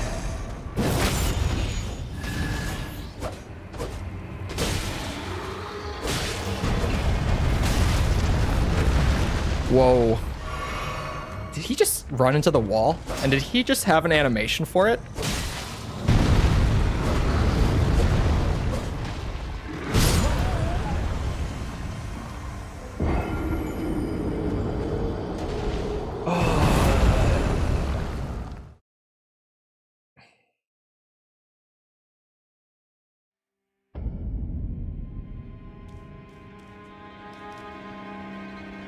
I can go from a heat dash to a rage art.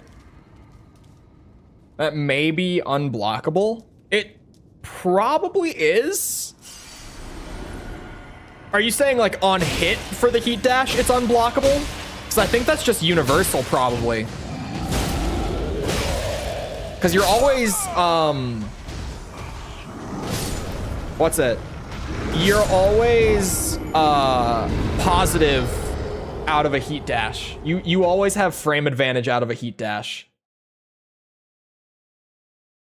So I think that would work with anyone on hit.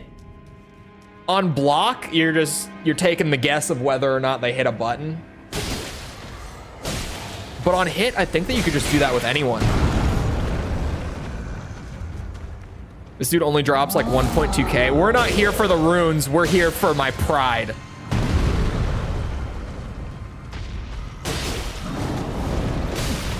Oh my god, the popcorn.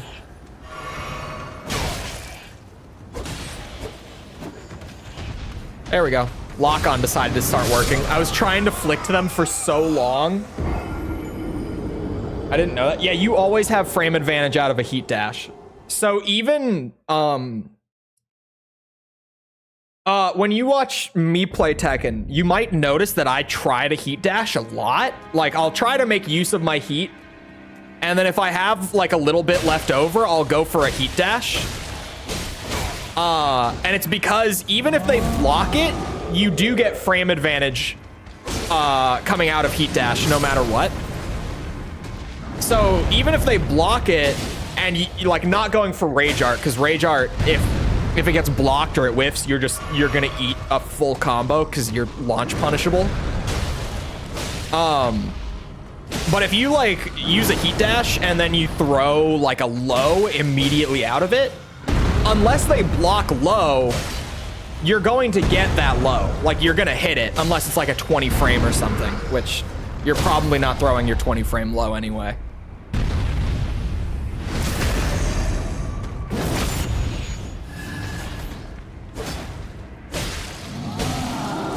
So you can just do like a mid-low 50-50 out of heat dash on any character on block. That's why I use it a lot. It's because I love it. Even if they block the initial hit, you get a free 50-50 out of it, regardless of who you're playing. It's some good shit. It's really strong. I feel like not enough people actually use their heat dash in Tekken 8 because it's kind of nuts. I would rather heat dash than heat burst, honestly. Or sorry, I would rather heat dash than heat smash. Heat burst is the activation, my bad. I think heat smash, everyone is using heat smash right now, and I don't think it's worth it. I would way rather, like unless I'm using it as a combo ender or something, do a heat dash. Because then I get a 50-50 that could potentially be a full combo. So it's like I could heat smash for like 40 damage, or I could take a 50-50, get a combo starter, get like 70 to 80 damage instead. I think heat dash is way stronger than heat smash. Like, doesn't matter who you're playing.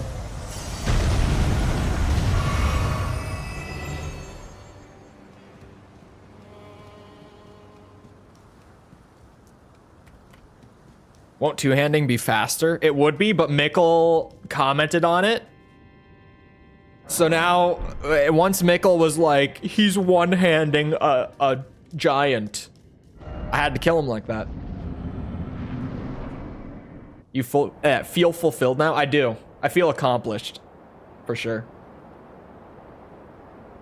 Mighty dragon. I need these rated worst to best. Okay, worst to best. At the bottom, for clarification. The worst of those is American Dad. Then Family Guy. Then Simpsons, then Futurama, then South Park.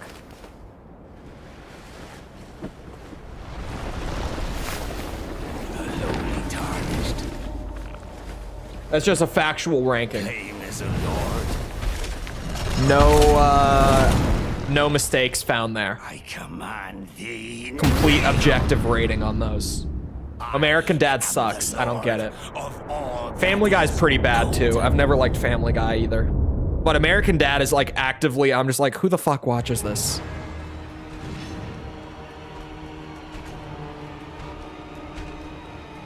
Is Chole a Rick and Morty fan? I was for like the first 2 seasons. And then it kind of felt like it was just the same joke over and over again. And that, like, season 3 was also when, like, Pickle Rick happened.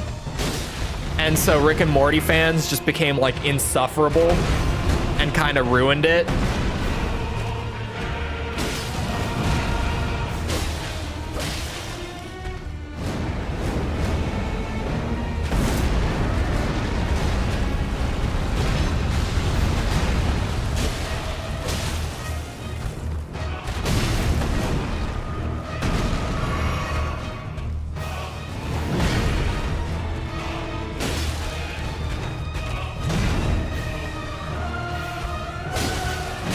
Oh my god. It's been a while, Godric. How you doing?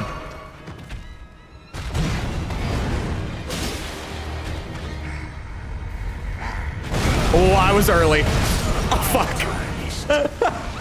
I jumped a little early.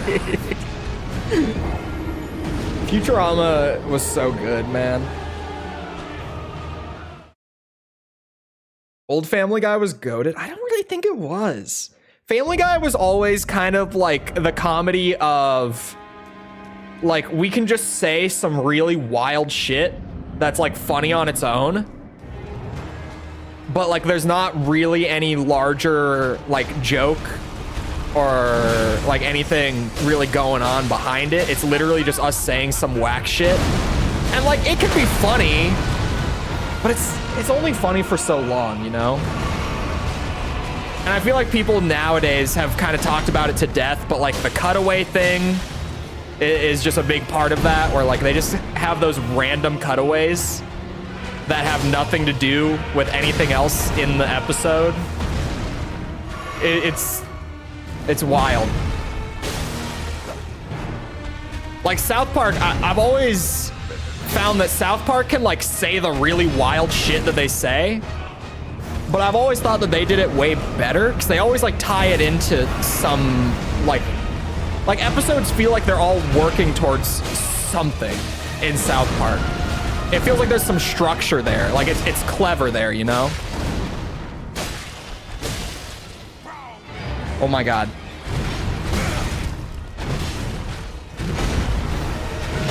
Oh my god. What are you doing? It's been so long. How's it going? What level am I is a weird question, by the way. I saw it a second ago. I think we're like 29. But we have 10 vigor. We have like 10 endurance. We have 10 on most stats.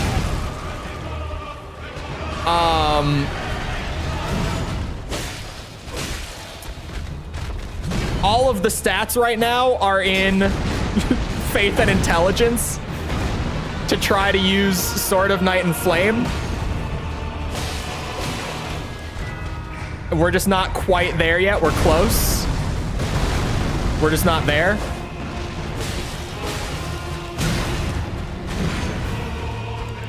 We're pretty much just playing as a wretch right now that just happens to have a sword that I don't know if it's better or worse than the club against Godric. Because it varies from enemy to enemy right now with the stats that I have, which one is stronger. So I just don't know. I haven't tried the club. Uh-oh. We're kind of playing something stupid. Hold on. I also don't have my blue dancer charm on, which at this point, I just should have it. This is the run, trust me. Definitely, this is the run. One or two hand based on which looks cooler. It depends on the weapon. I feel like with this setup, like one-handed just looks cooler. You know, having a shield in your offhand and one-handing the sword with like Sword of Night and Flame, I think looks better. But some weapons, the two-handing looks better. It really depends. Oh my God, Jesus Christ.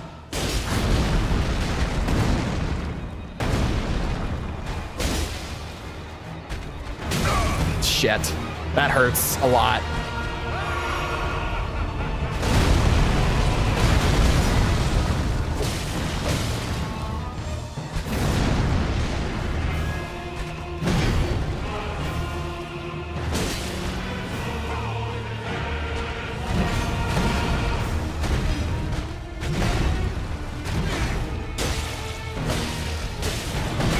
Ow.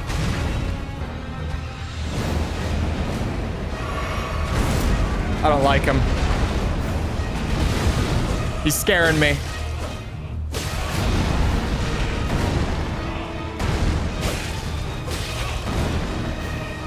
We're not even... Here we go.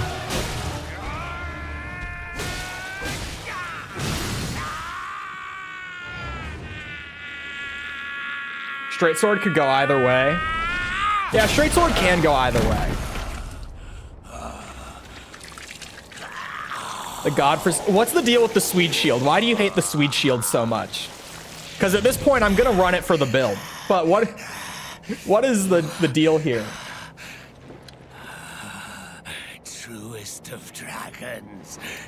Random and out of pocket equals funny. I mean, it can be. Hold on. How many seasons of Family Guy are there?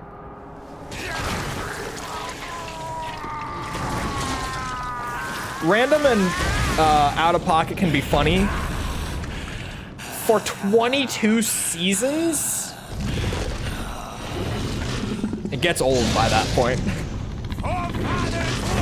The people, have you ever met Swedes? I forget that Europeans are like this.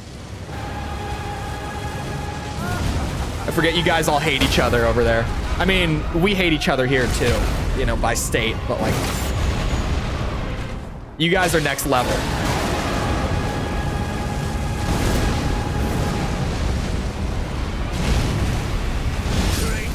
Ooh, okay. I got halfway. And that was basically the real warm-up. The one before that was so shit that was like my actual warm-up. Become the very thing they used to make fun of. They really do. Europeans hate each other like no one else. Is that true? I feel like Europeans just hate everyone. That's a joke. Before anyone is like, bah, bah, bah, bah, bah. That's a joke. But especially the Brits. The Brits do just hate everyone, actually. There's not a single other country that they like. I swear to God.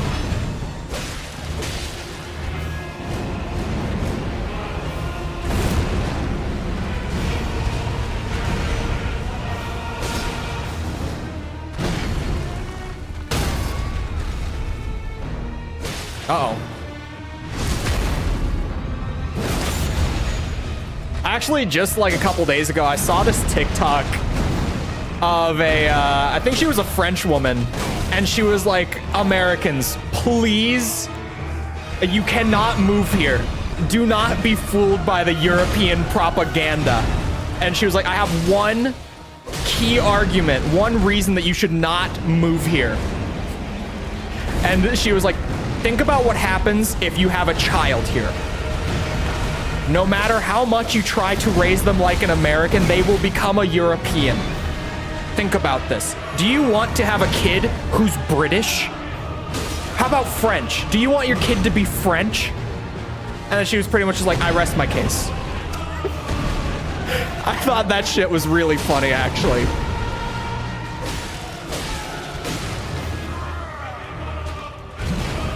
Oh my god.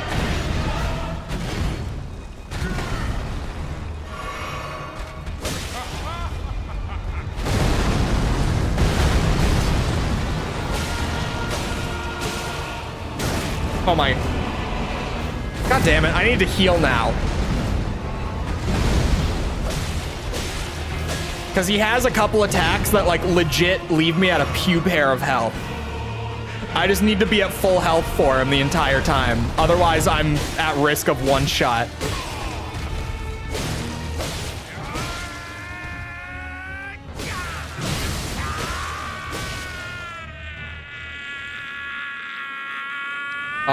Hold on, I missed a lot. Goes country by country. The Swedes are all hipsters and men have long blonde hair. I mean, have you seen them? Have you seen the men? Come on. There's only two countries, Britain and non-Britain. Truest of dragons. May explain why no one liked the Brits either. They're always like, why do we get so much shit? Maybe it's because you don't like anyone. Maybe it's because you're dicks to everyone. Just, this is all jokes for the record. Hungarians will fight a Russian, but Polish people are their best friends. In theory.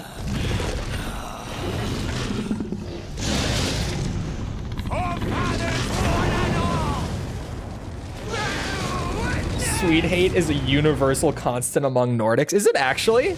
I've never heard this before. Is it just because they're beautiful? Is that why? Like, can we be honest? Is that why? Be real with me for a moment. Is it because they're beautiful?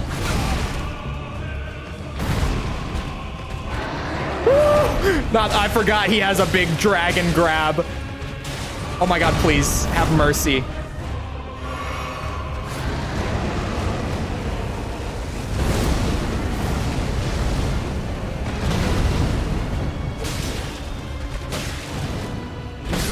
Oh, that's just one shot. I shouldn't be fucking around with that jump as much as I am. Iceland. Iceland too? I feel like Americans all hate each other, but like don't really hate each other. Actually. Okay. Americans hate California. Like, most people genuinely dislike California. Other than that, I feel like we joke about hating other states, but we don't really. Like, it's all just jokes.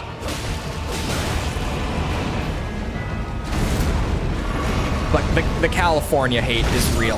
But I think a lot of that is because California, A, fucking sucks, and B, anyone who's not American thinks that California is what America is.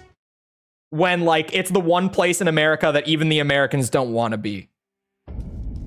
Like, it's so different from everywhere else that no one wants anything to do with it. But everyone outside of the US thinks that's just what the US is like.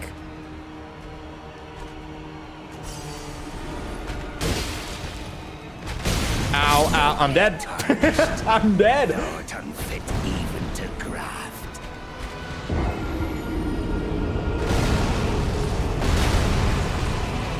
I hate Ohio, though.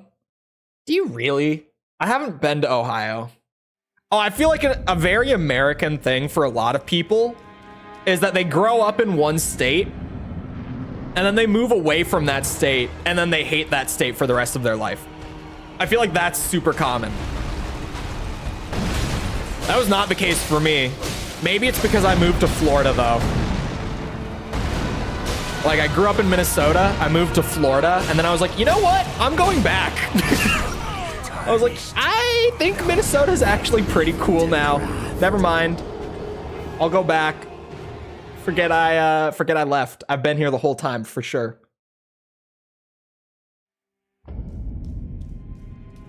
And New Yorkers. Okay, actually, there are a few states that aren't. Now that Mikkel's bringing up New York, New York is like kind of like California in that sense, where like everyone just thinks of that as America, and so it's annoying.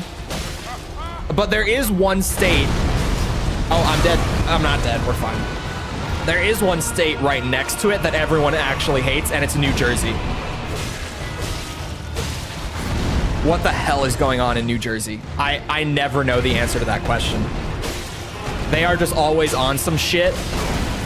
I don't know what is they have the worst accent in the US by far. You guys, if you're not from the US and you think you know what the worst accent in this country is, you have not heard the Jersey accent. You haven't. I could sit here all day and I could be like, nah, I don't even. I was about to just go on full Minnesotan rant, but I don't even have words to speak. But I could just be sitting here all day going like, oh, for cute. Don't you know, buddy? She's looking a little dusty there. It's nowhere near as bad as the Jersey accent. It gets so much worse.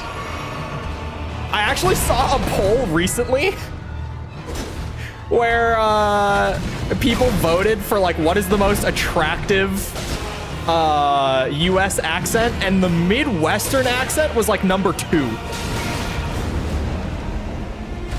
Who out there finds it sexy when I'm like, oh yeah, winter's here.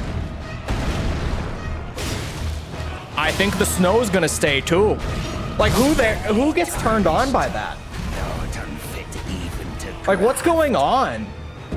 Who are you? Minnesotan always sounds Canadian to me. It's different. It is different. It's mostly lingo. The actual accent sounds about the same. But the lingo's mostly different. Like we have a couple shared things like buddy. But if you went up to a Canadian and you said like oh for cute or oh for stupid, they'd look at you like you're speaking gibberish. They wouldn't know what you just said to them. To be fair, anyone who's not from Minnesota, that's not even a Midwest thing, that's just a Minnesota thing. Anyone who's not from here or who has not been here when I've explained those terms has no idea what is happening. It's such a weird nonsense term. I mean, it means something, but it doesn't sound like it's English.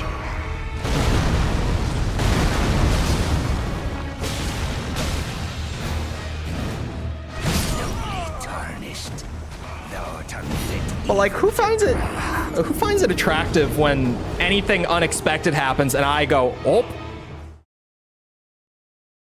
Who? Why? Make it make sense. That's the one actual part of the accent that I've never been able to shake is oh. I say it regularly. Not even like I can't get rid of it.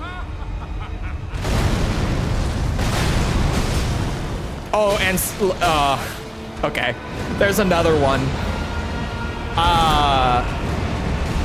If I'm ever in a public setting, you know how like if you need to get past someone, you would say like excuse me when you need to get by them? I don't say excuse me.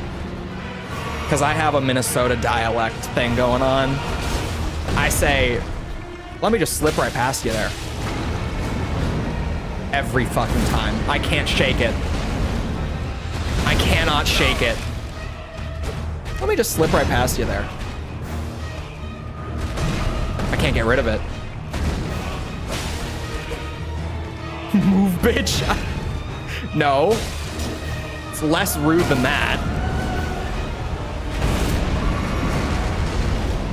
Imagine driving 30 minutes and they speak different languages. It's the Midwestern experience. I'm joking. Mostly because the Midwestern states are actually pretty big. But also, at least we're all speaking English, just various weird, localized versions of it. Between Liverpool and Manchester is insane. Bro, the British accents are crazy. Like, the different British accents are actually... Northern Brits, I can't understand them. I just can't. I have no clue. Between American accents as they vary by state. I feel like they're so different. But it's also probably that thing where like if you don't know, or if you're not like super familiar, because for Finn, for you also, like obviously you can tell the difference between the UK things, right? You mean Scots? Not actual Scots, like Northern UK, or not UK, England. Not even the Scottish and Irish, no. Like actual English people from Northern England. If I say UK interchangeably, I'm American. Come on. It's to be expected. I can't shake it. I know it's wrong. Doesn't mean I can correct the behavior. Do you know how ingrained it is? I thought the UK and England were the same thing until like 5 years ago.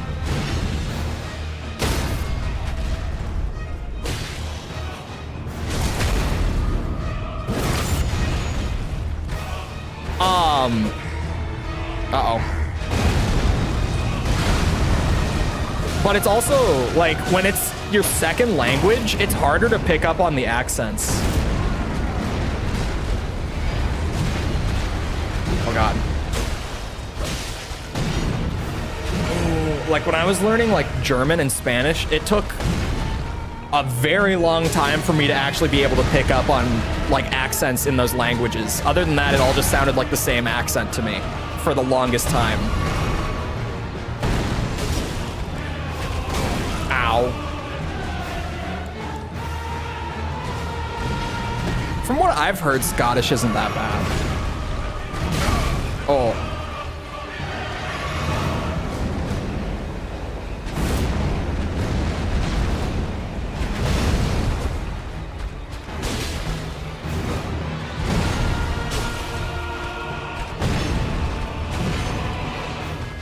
Come on, Godric.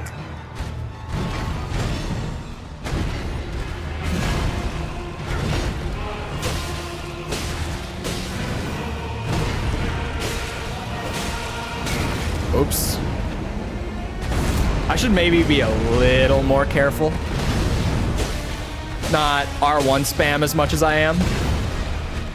Well, where's the fun in that? Are you really playing a Souls game if you're not spamming R1? That was just terrible timing. Speaking two entirely unrelated languages? Two? Wait. When you say two, do you mean...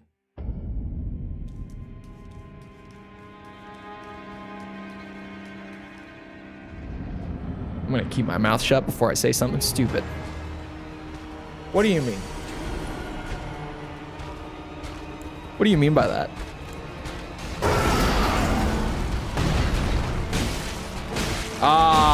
As expected, the club does deal more damage.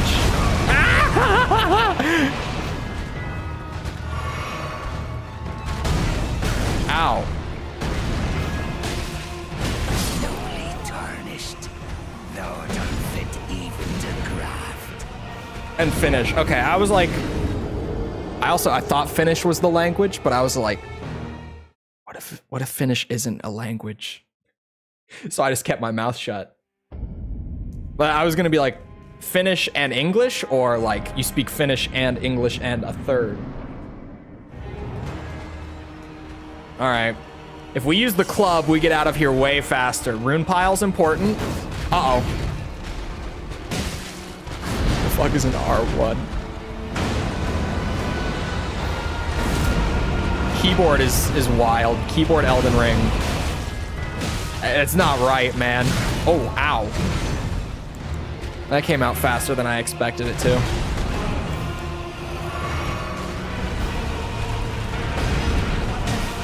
Bonk, bonk, bonk. Ow.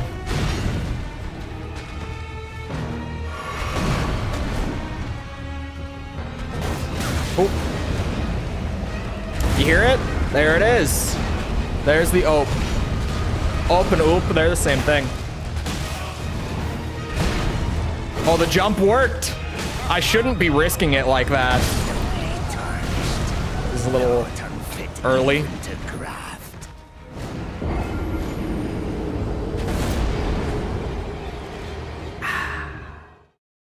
Just not good enough at the game.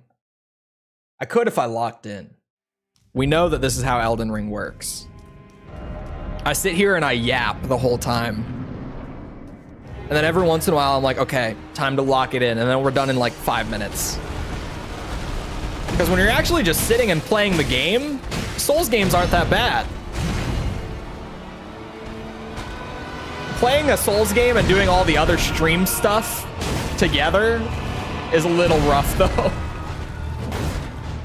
All the brain power is going not to the game. Oh my god, I'm getting lazy.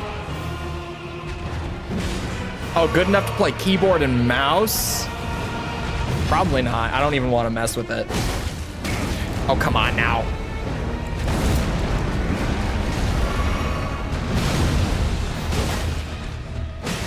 We could also two-hand to get out of here quicker. Okay, that was just incredibly stupid. You see what I mean about the brain power? Like, you can see the brain lag in real time. Not unfit even to grab. Okay. I think we two-hand. And we lock it in, and we just, we get moving again. We get out of here. Thoughts? What is a scouser?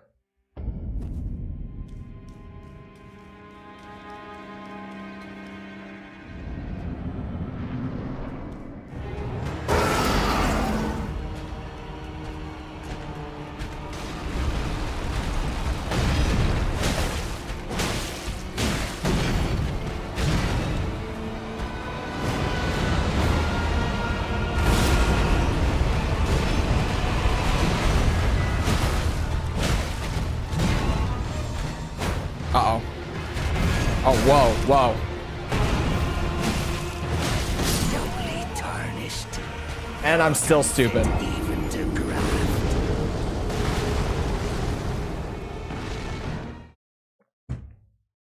People from Liverpool?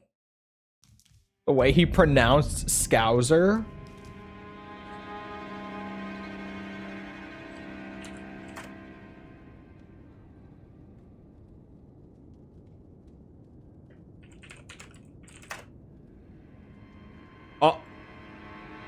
Oh, cause it's British. Scouser. It's Scouser. Scouser. You guys and your silly accent. Scouser. See? Scouser.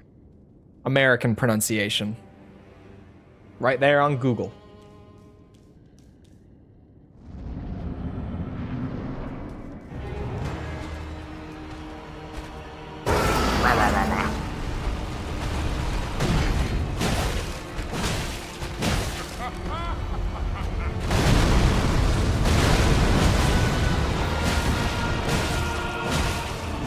God damn it, that wind attack is obnoxious.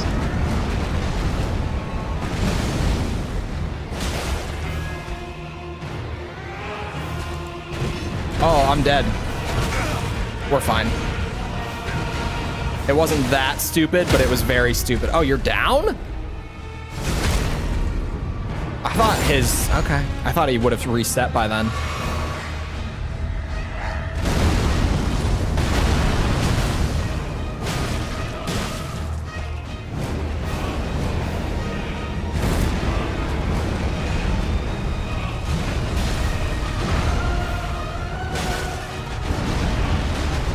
Oh, what the fuck?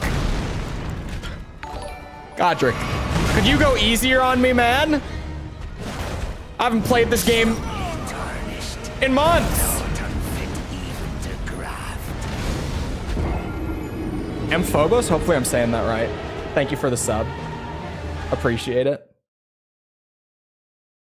You need my help, man? I don't need help. We're here just chilling. We're not playing like a sweaty run.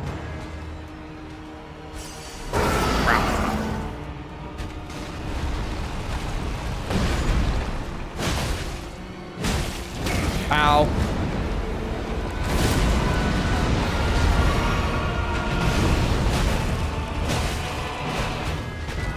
Please, Godric.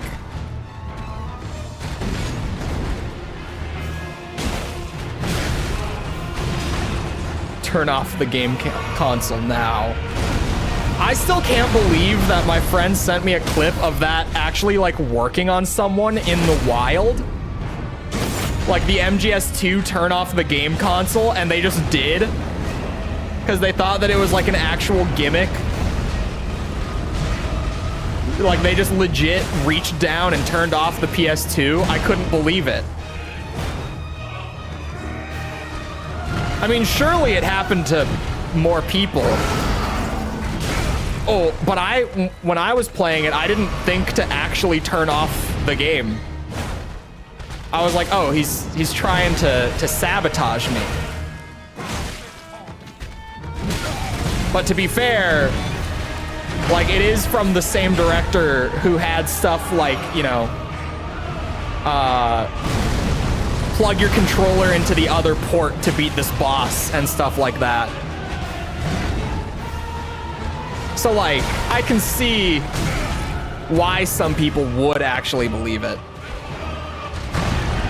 This is the actual definition of a sweaty run. No, this is me being stupid. There's a difference.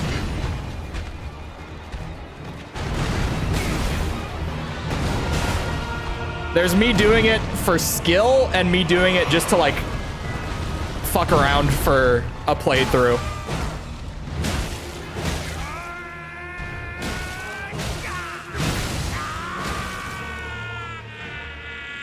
Once you've been in this stream long enough, you start to tell the difference. It becomes more recognizable with time.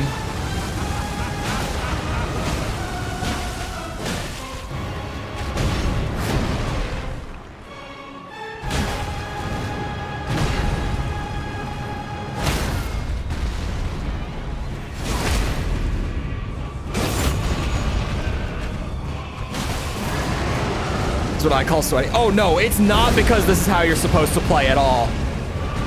I'm normally like the guy who sits here and I'm like, you guys, you don't need to do rune level 1 to be good at the game. You don't need to like not use the strong weapons like Moonveil to be good at the game. Like you can just play the game. Like you can just have fun with it.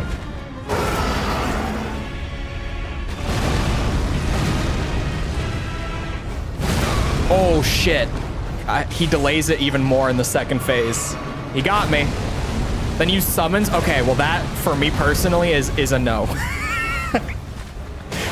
Okay, maybe I have a little bit of like, to clarify, the build and like the stats and everything, that's me being dumb. The summons, that's me actually, I have like a personal, I will never. It's not happening. Little safety heal. Chug in the face.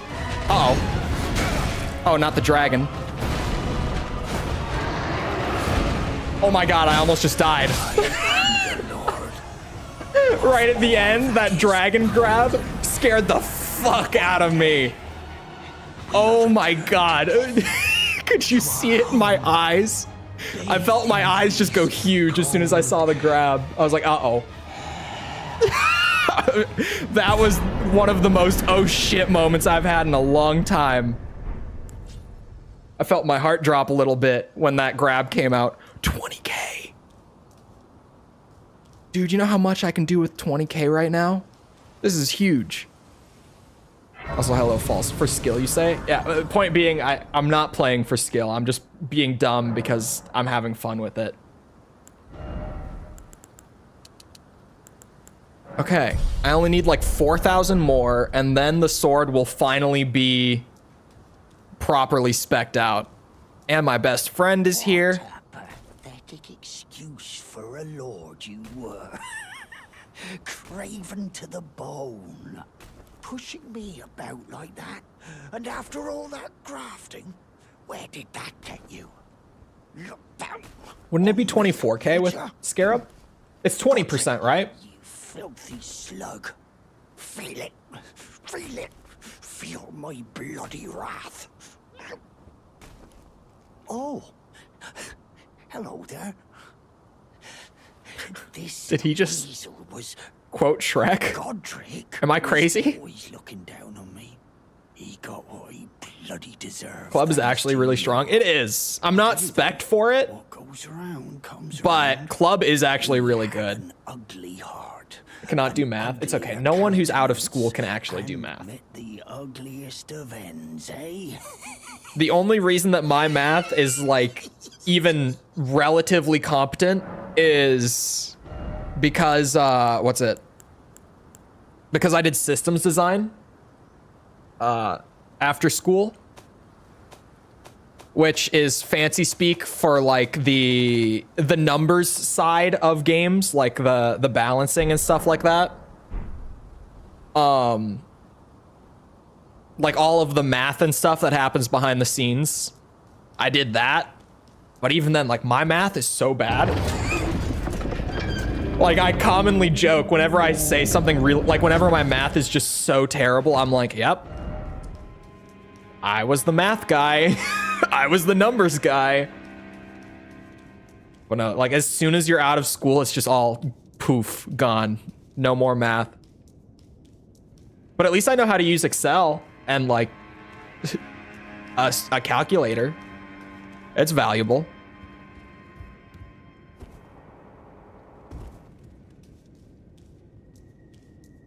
Oh, this is Sword of Night and Flame. Right here.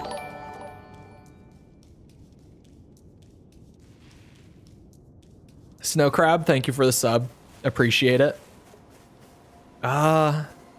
Where's the Grace out here? There it is. And we're back.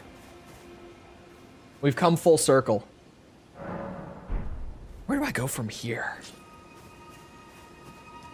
Use the ladder instead of jumping down. I played Demon Souls first, and then I played Dark Souls. And then I played this. I started the right way. I'm a big release order guy with any game series, so normally it's pretty safe to assume that I played them in release order. You're tarnished, aren't you? Because I almost always play through game series in release order. Believe it or not, I'm a true I believer. studied glintstone sorceries at the Academy of Rea Lucaria. For a small donation, I'd be happy to share my knowledge. Oh, 10 runes. Bless you, bless you. You're a true saint. My name is Topes. Presuming Topes? you're interested, I can teach you sorceries, as promised. It's my favorite Dark Souls. Dark Souls 1. None of them are particularly What's your great. favorite? By chance. What might your favorite be? You know, Tops, I really wish that I was going to be using sorcery. Apologies, friend. Not this time. I'm afraid my meager sorceries are no match for your generosity. Once you were paying attention, what does the S3 I plan? can tell you what I know about this place. Man, it's been like how long since I played MGS2? More than a month. Perhaps the Academy It stands of Rea for Lucaria, where we study glintstone sorceries. Only its doors have been something closed for societal. After they declared they wouldn't interfere with the shattering, the Academy cast repelling seals on the east gate leading to the capital, and the south gate leading here. As you Selection? might have guessed. the No, seals selection for societal sanity. Thank you. I got selection on my own, but I thought it was at the end, not the beginning. That actually, I think that's right. Selection for societal sanity. I think that's it. Acquiring a key. When they cast the seals, MGS2 is still my favorite, just by the way. walked out. And now I'm uprooted from my place of learning. Why not find yourself a glintstone key? Without one, you can't pass through the academy, and you'll never reach the Erdtree capital. And if you find an extra glintstone key, I don't think I've stopped and talked to this guy since like 2 years ago. all your loose ends. And I can be very patient. Would you consider donating it to me? I know it. I'm a bluntstone. Nary a hint of talent for sorcery. But still, my place is at the academy. Of course, of course. You've taken an apprenticeship with Selen. Yes. Well, that is something. Selen was well known. The most promising sorceress in the history of the academy. I Wow. followed her at school. But there may as well have been an ocean between us. But Selen was expelled from the academy. accused of unthinkable treatment of certain Pops is a sorceries real one. I like this under guy. the name of the Graven Witch. I still don't believe the accusations. The illustrious Selen would never do such things.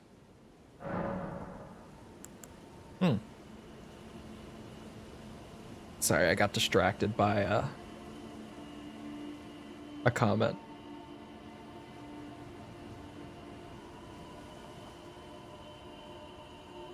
And now I'm a little extra distracted. Hold on. Okay. I'm good. I'm good. Not that distracted. Okay. I'm ready. It's gamer time. Oh, where do I go? Oh my god, I never went to Weeping? Hold on. Hold on. That has to happen first. How have I not gone down to Weeping yet? I just completely forgot, apparently.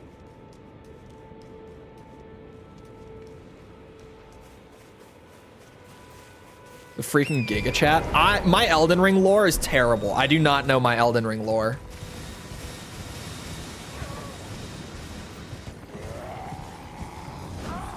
I should probably try to learn it before the DLC comes around, so that like when I play it, everything will just make sense to me. Like all the dialogue and stuff.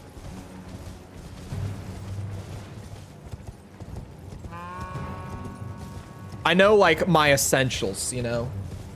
I know the golden order. I know the 2 fingers versus the 3 fingers. Yeah, I know the very essential things. But I never actually dug like super deep into Elden Ring lore.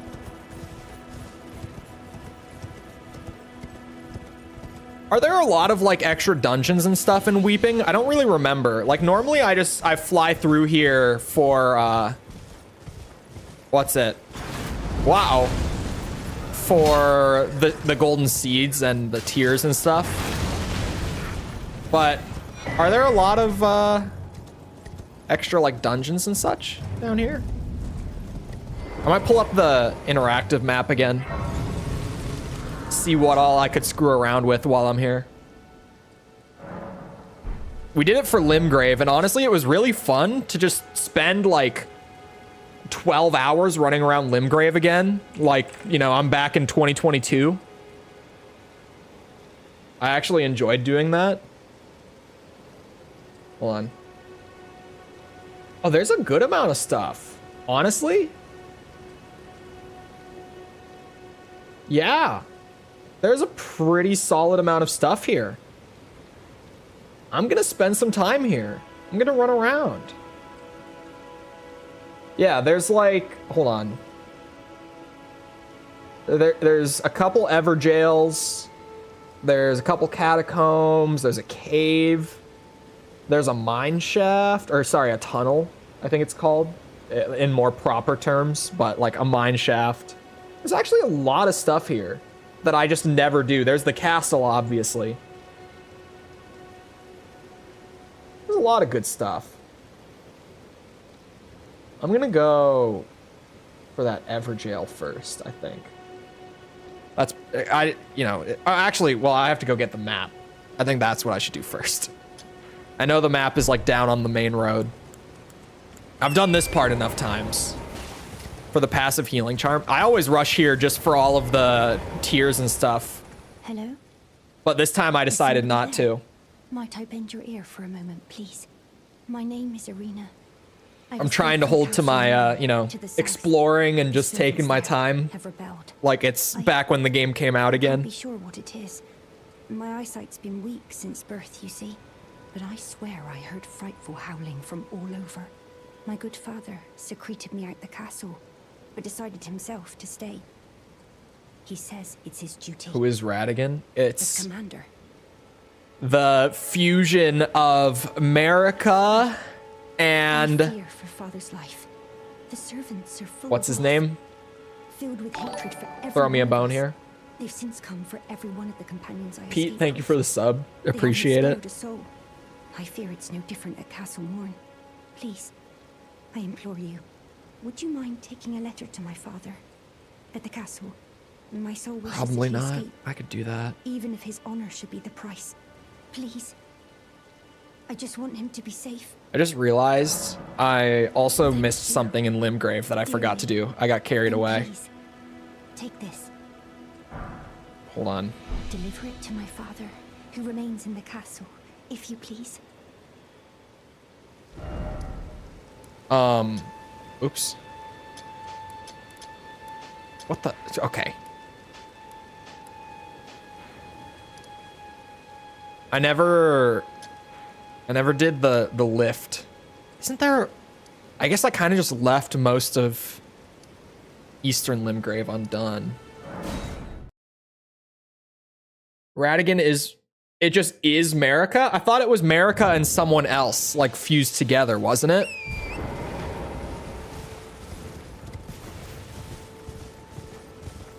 I just can't remember the name of the other person. Unless it's just... Radigan is the one fused with Marika. I was about to say, unless it's just Radigan, literally.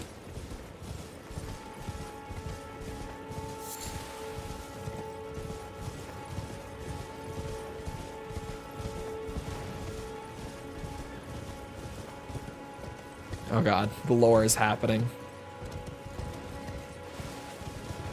Don't let False see.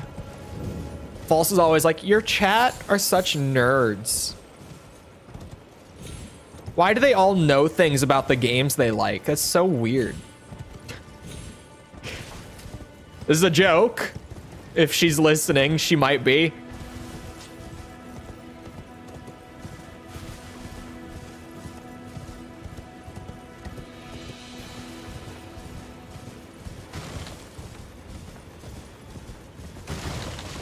What's this? Open. Oh, that's an actual FromSoft placed note in the wild. What do you mean Marika kind of sucks ass? What do you mean by that?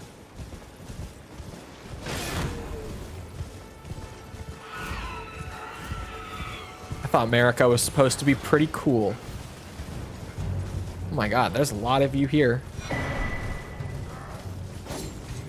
Just kind of an asshole in the lore. Oh. It's probably fine.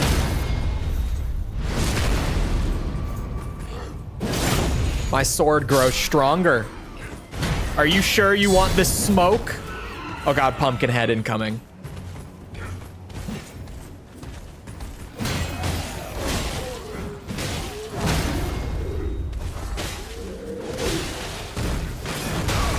Aye.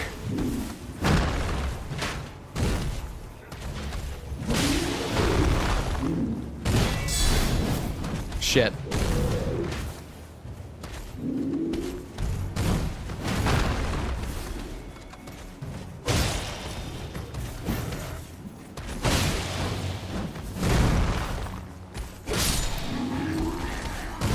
Oh no.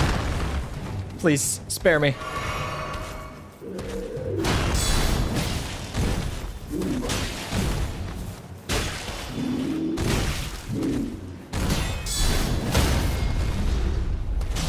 Oh, get stabbed in the...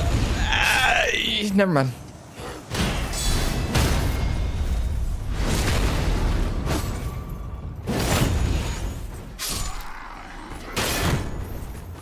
Morgott is the most based? Morgott?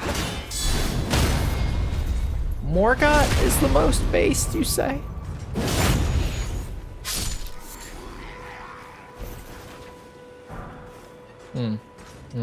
Stream dropped frames. It looks like it evened out already, though. By the time that I got the warning, it seems to have fixed itself.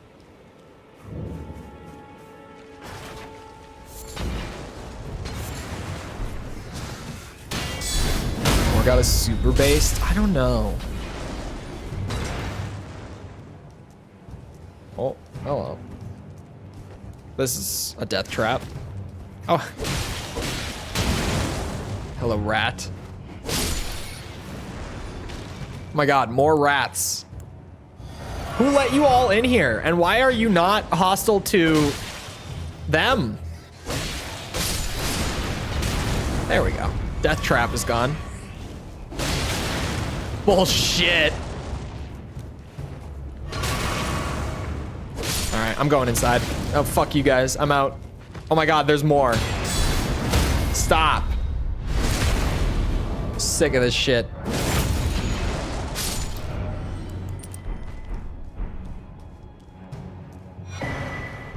Ah, yes. Cookbook. Where's the ladder again? I know there's a way up. You bitches. Oh, stairs, not ladder. Stairs.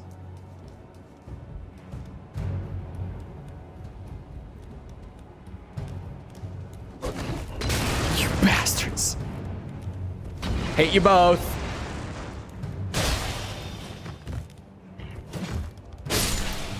No firebomb? I'm not complaining.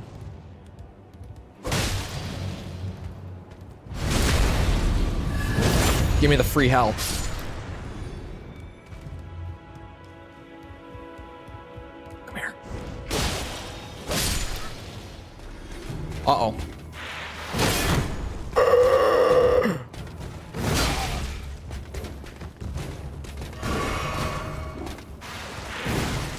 Oh my God. Oh.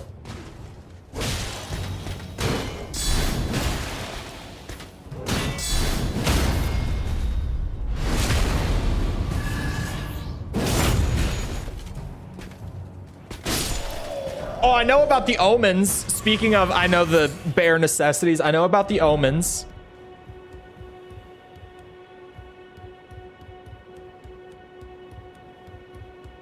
I know some Moog lore off the back of that.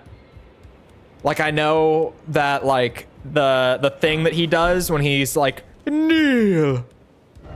Like when he's stabbing his stick up in the air.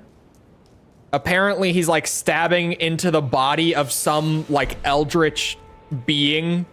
Like the little vortex above his head is apparently like a interdimensional portal or some shit.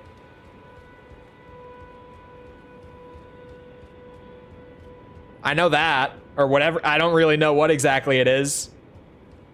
I said Moog. I said Moog. Because, you know, I was like, yeah, I know the Omen thing. I know some Moog lore. Like, I know that there's apparently eldritch gods in Elden Ring. And that Moog apparently just stabs the shit out of one. Like, mid-boss fight. All right. I got what I came for. I wanted the medallion thing before I forgot. And had to come back, like, way later. When I'm actually trying to go up to, what's it? To Landell.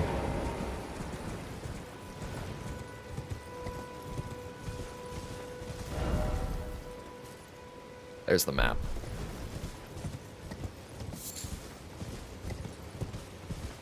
To know the difference between different omens.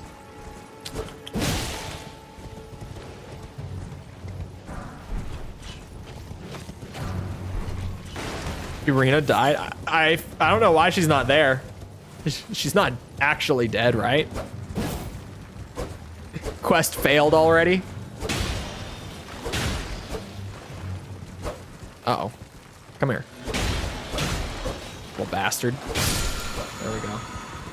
Oh. I told you guys I can't shake it. It's like the most ingrained part of the accent for me is "op." She's dead? How the fuck did that happen? And now that I've pointed it out, everyone's just gonna start spamming it every time I say it.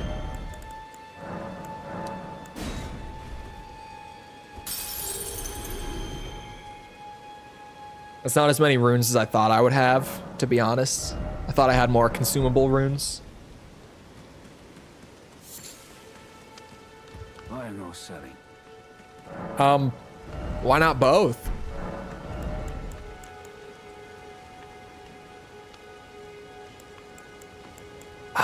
I should probably buy the key, right? That's probably just a good idea. I could sell like all of my crafting materials. I mean, they're not much individually, but they're gonna add up like real fast. I'm not crafting on this playthrough.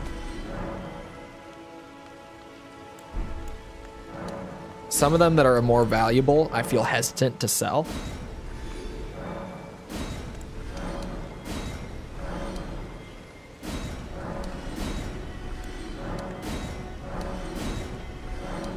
See, this is money right here. String.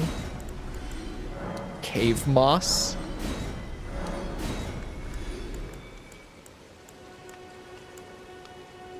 See, these I'm a little more hesitant to sell just because they're so valuable. But actually, that was a great idea. I only did that because he said buying or selling, and I'm like, oh, that's right, you can sell in this game. I get the key, and I get to actually use my goddamn sword. Oh, it's happening, boys. We made it. All that effort. We have made it. I'm mostly using the fire, if ever. I'm using the ash. Because faith. I'm going to be scaling way more. Like, at this point, I'm done scaling intelligence.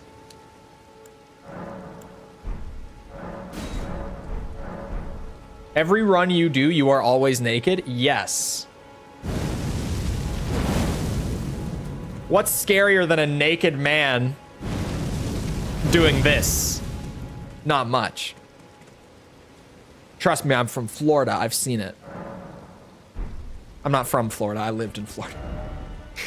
I'm not from Florida. That was a misspeaking moment. Naked and funny. I always just start naked because it's funny. And then later, like at some point, I'll find gear that I actually want to wear, and I eventually equip clothes. But I always start out like this, and I normally stay like this for a while until I find something that I deem worth wearing. How dare you even imply that Jared Leto should be required to wear clothes? Whoa, whoa, whoa. This isn't Jared Leto. This is Corncholio, okay? Okay, come on now. This is not Jared Leto. This is Corncholio. Everjail. That's where I want to go first. I've decided we're going straight for a boss fight. Fetus humor? Hey, you say that, but like, come on. I'm a naked man with a fire sword. All right? You can hate all you want. Don't matter to me.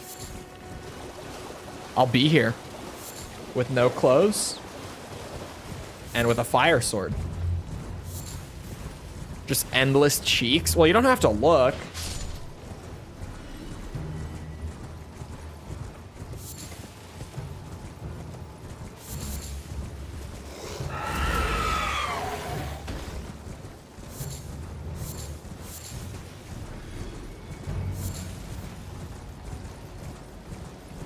How do I get there? Oh, I can't open the thing right now.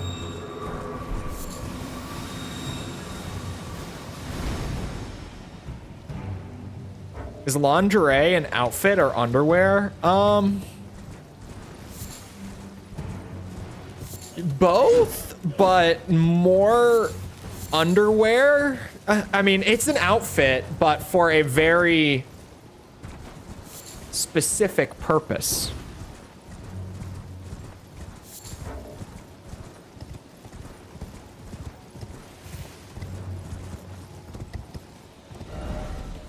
I guess if you really wanted to say it's an outfit, like, yeah. Is it an outside outfit? No. Why did you have this conversation the other day? How could this have possibly... What conversation is there to be had about this?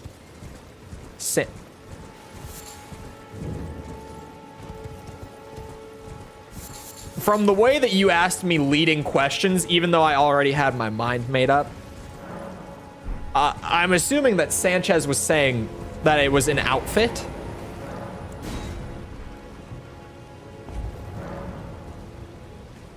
Brought up on stream? I don't remember this now.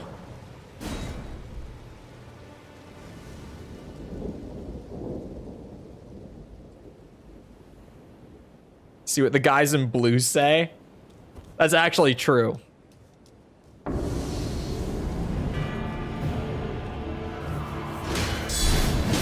I chose the wrong place to start.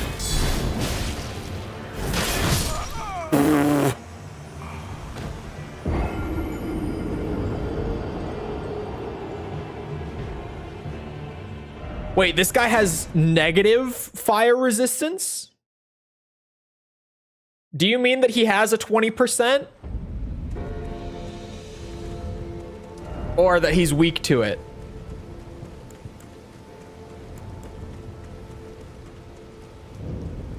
This guy's a basic enemy. Not... Mikkel, I have no clothes. Okay, it's weak. Okay. Well then, with that new knowledge...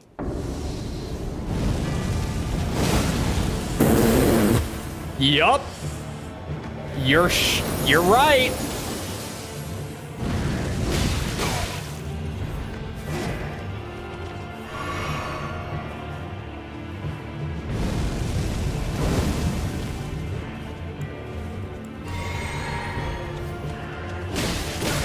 Oh my god.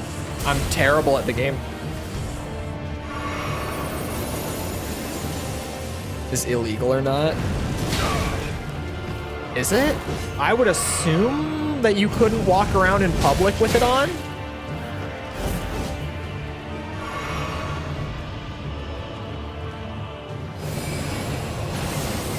Uh-oh.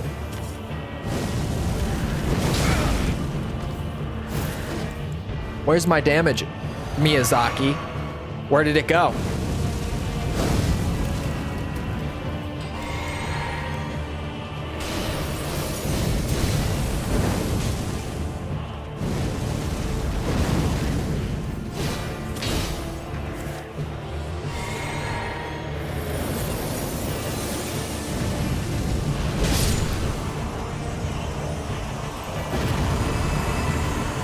Public indecency is illegal?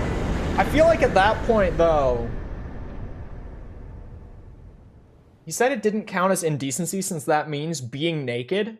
That is not how that works. Like, if I went to the mall and I was walking around in just boxers, I could be arrested for public indecency. That's just not how that works.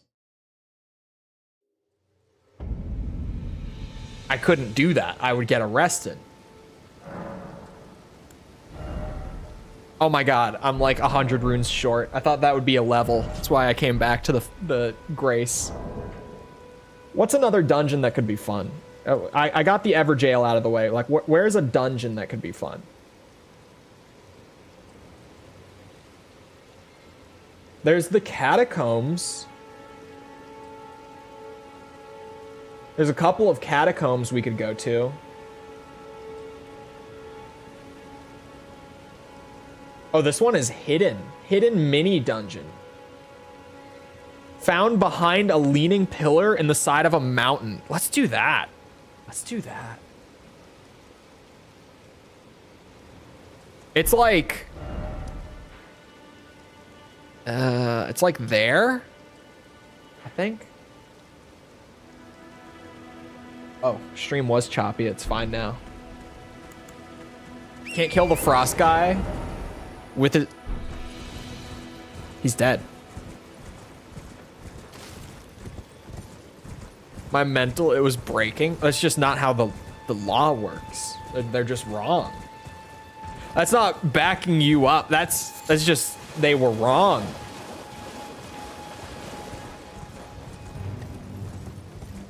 If you were wrong, I would tell you.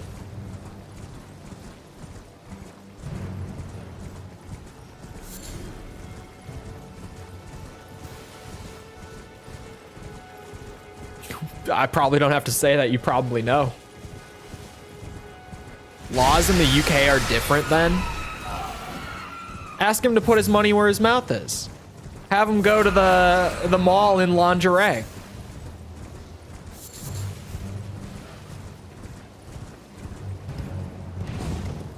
Because I don't believe him. I just don't.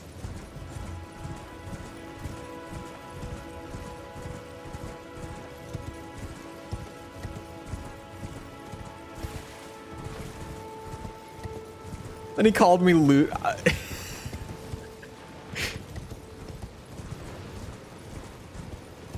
Faith scaling scythe in them ruins. You don't say. Oh, I'm not where I should be. I need to be at the bottom, actually. Oh, here's the thing to guide you. I always forget that these are around.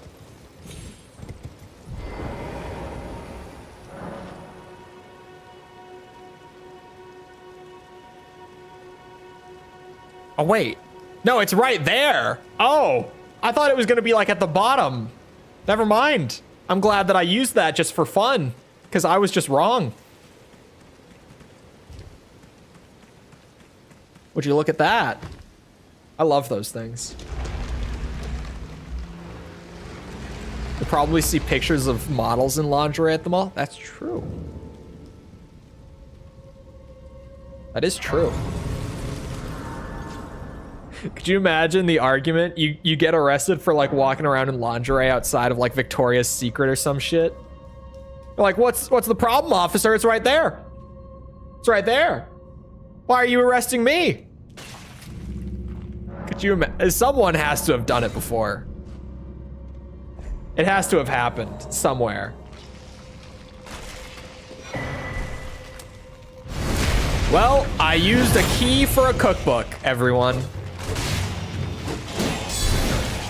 I am clearly winning today. Oh, you're still alive? I thought that I hit both of them with that swing before.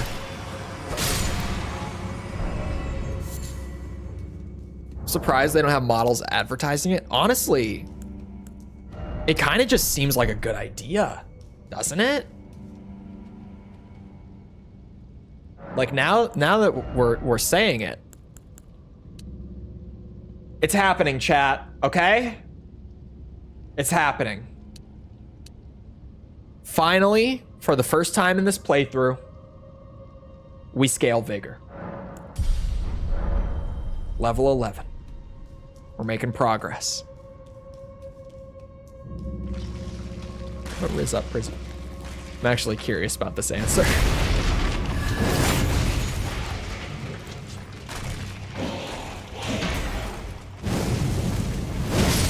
Think of what could happen to the models. I mean, the security. Like, things could happen, but things like that could happen anywhere.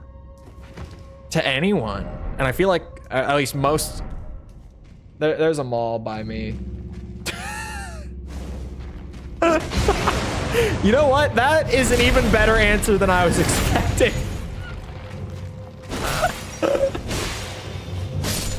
That's not where I thought this was going, but... solid answer. Fair enough.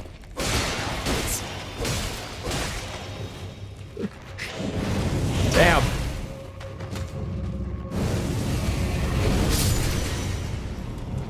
It was a little overkill. Still cool though. I'm just happy to finally have a cool sword to use. I've never actually used Sword of Night and Flame on a playthrough before. I've thought about it before, but I've never actually used it. There were a couple runs in the past where I was going to, but I never went through with it. We ended up doing like other builds. Yep, it's just cool. Cool sword.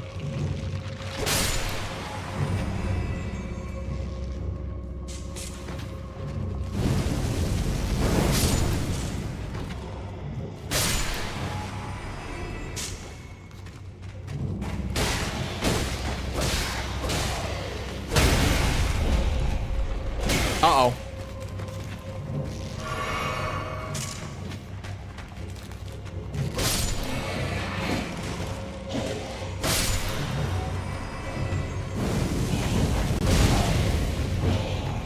Never spec into intelligence and faith. I always do, because it's fun. Like, if you wanted to make the strongest build in the game, you're not going to get it with intelligence or faith, for sure. But, like, you can do some pretty cool shit with intelligence and faith.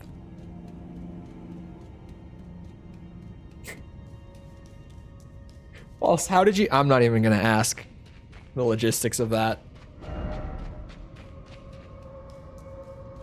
But also, based. Oh, intelligence and faith. Okay. I was like, definitely the strongest builds in the game are like arcane or strength. But you can do some really cool shit. With faith, I always want to do faith, but I always find it really weak in this game. I always find it weak.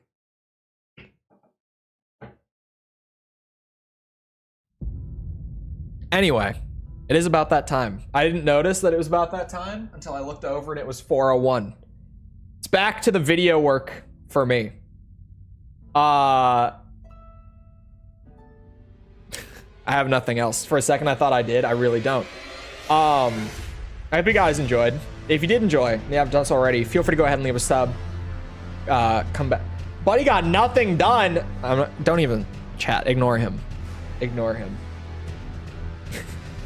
Come back another time. We're doing this. We're doing Tekken tomorrow. The Tekken streams are great.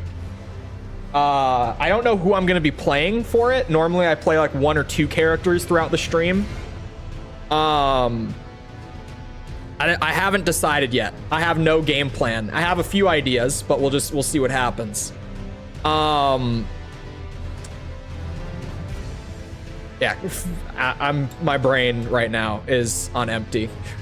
Also, if you enjoyed, feel free to leave a like. Helps out a lot with algorithm and stuff. I'd appreciate it. Thank you if you've done so. Blah, blah, blah, blah, blah, blah, blah. If you're looking for links to anything outside of YouTube to engage with the community, things like Twitter, Discord server, whatever, those are in the description below. If you're looking for the Metal Gear series, or where I've been playing every Metal Gear game for the first time and reviewing them as I go. We just had the Metal Gear Acid video go up yesterday. Metal Gear Acid's an interesting one. It is Metal Gear on PSP, but instead of making like a normal Metal Gear game or like a 2D one or whatever, they made it a turn-based collectible card RPG. And honestly, it's really interesting. You should check out that video if you haven't already. Other than that, though, once again, I hope you guys enjoyed. I'll be back here next time. I hope you all have a great rest of your day. Thank you for coming to the stream, and goodbye.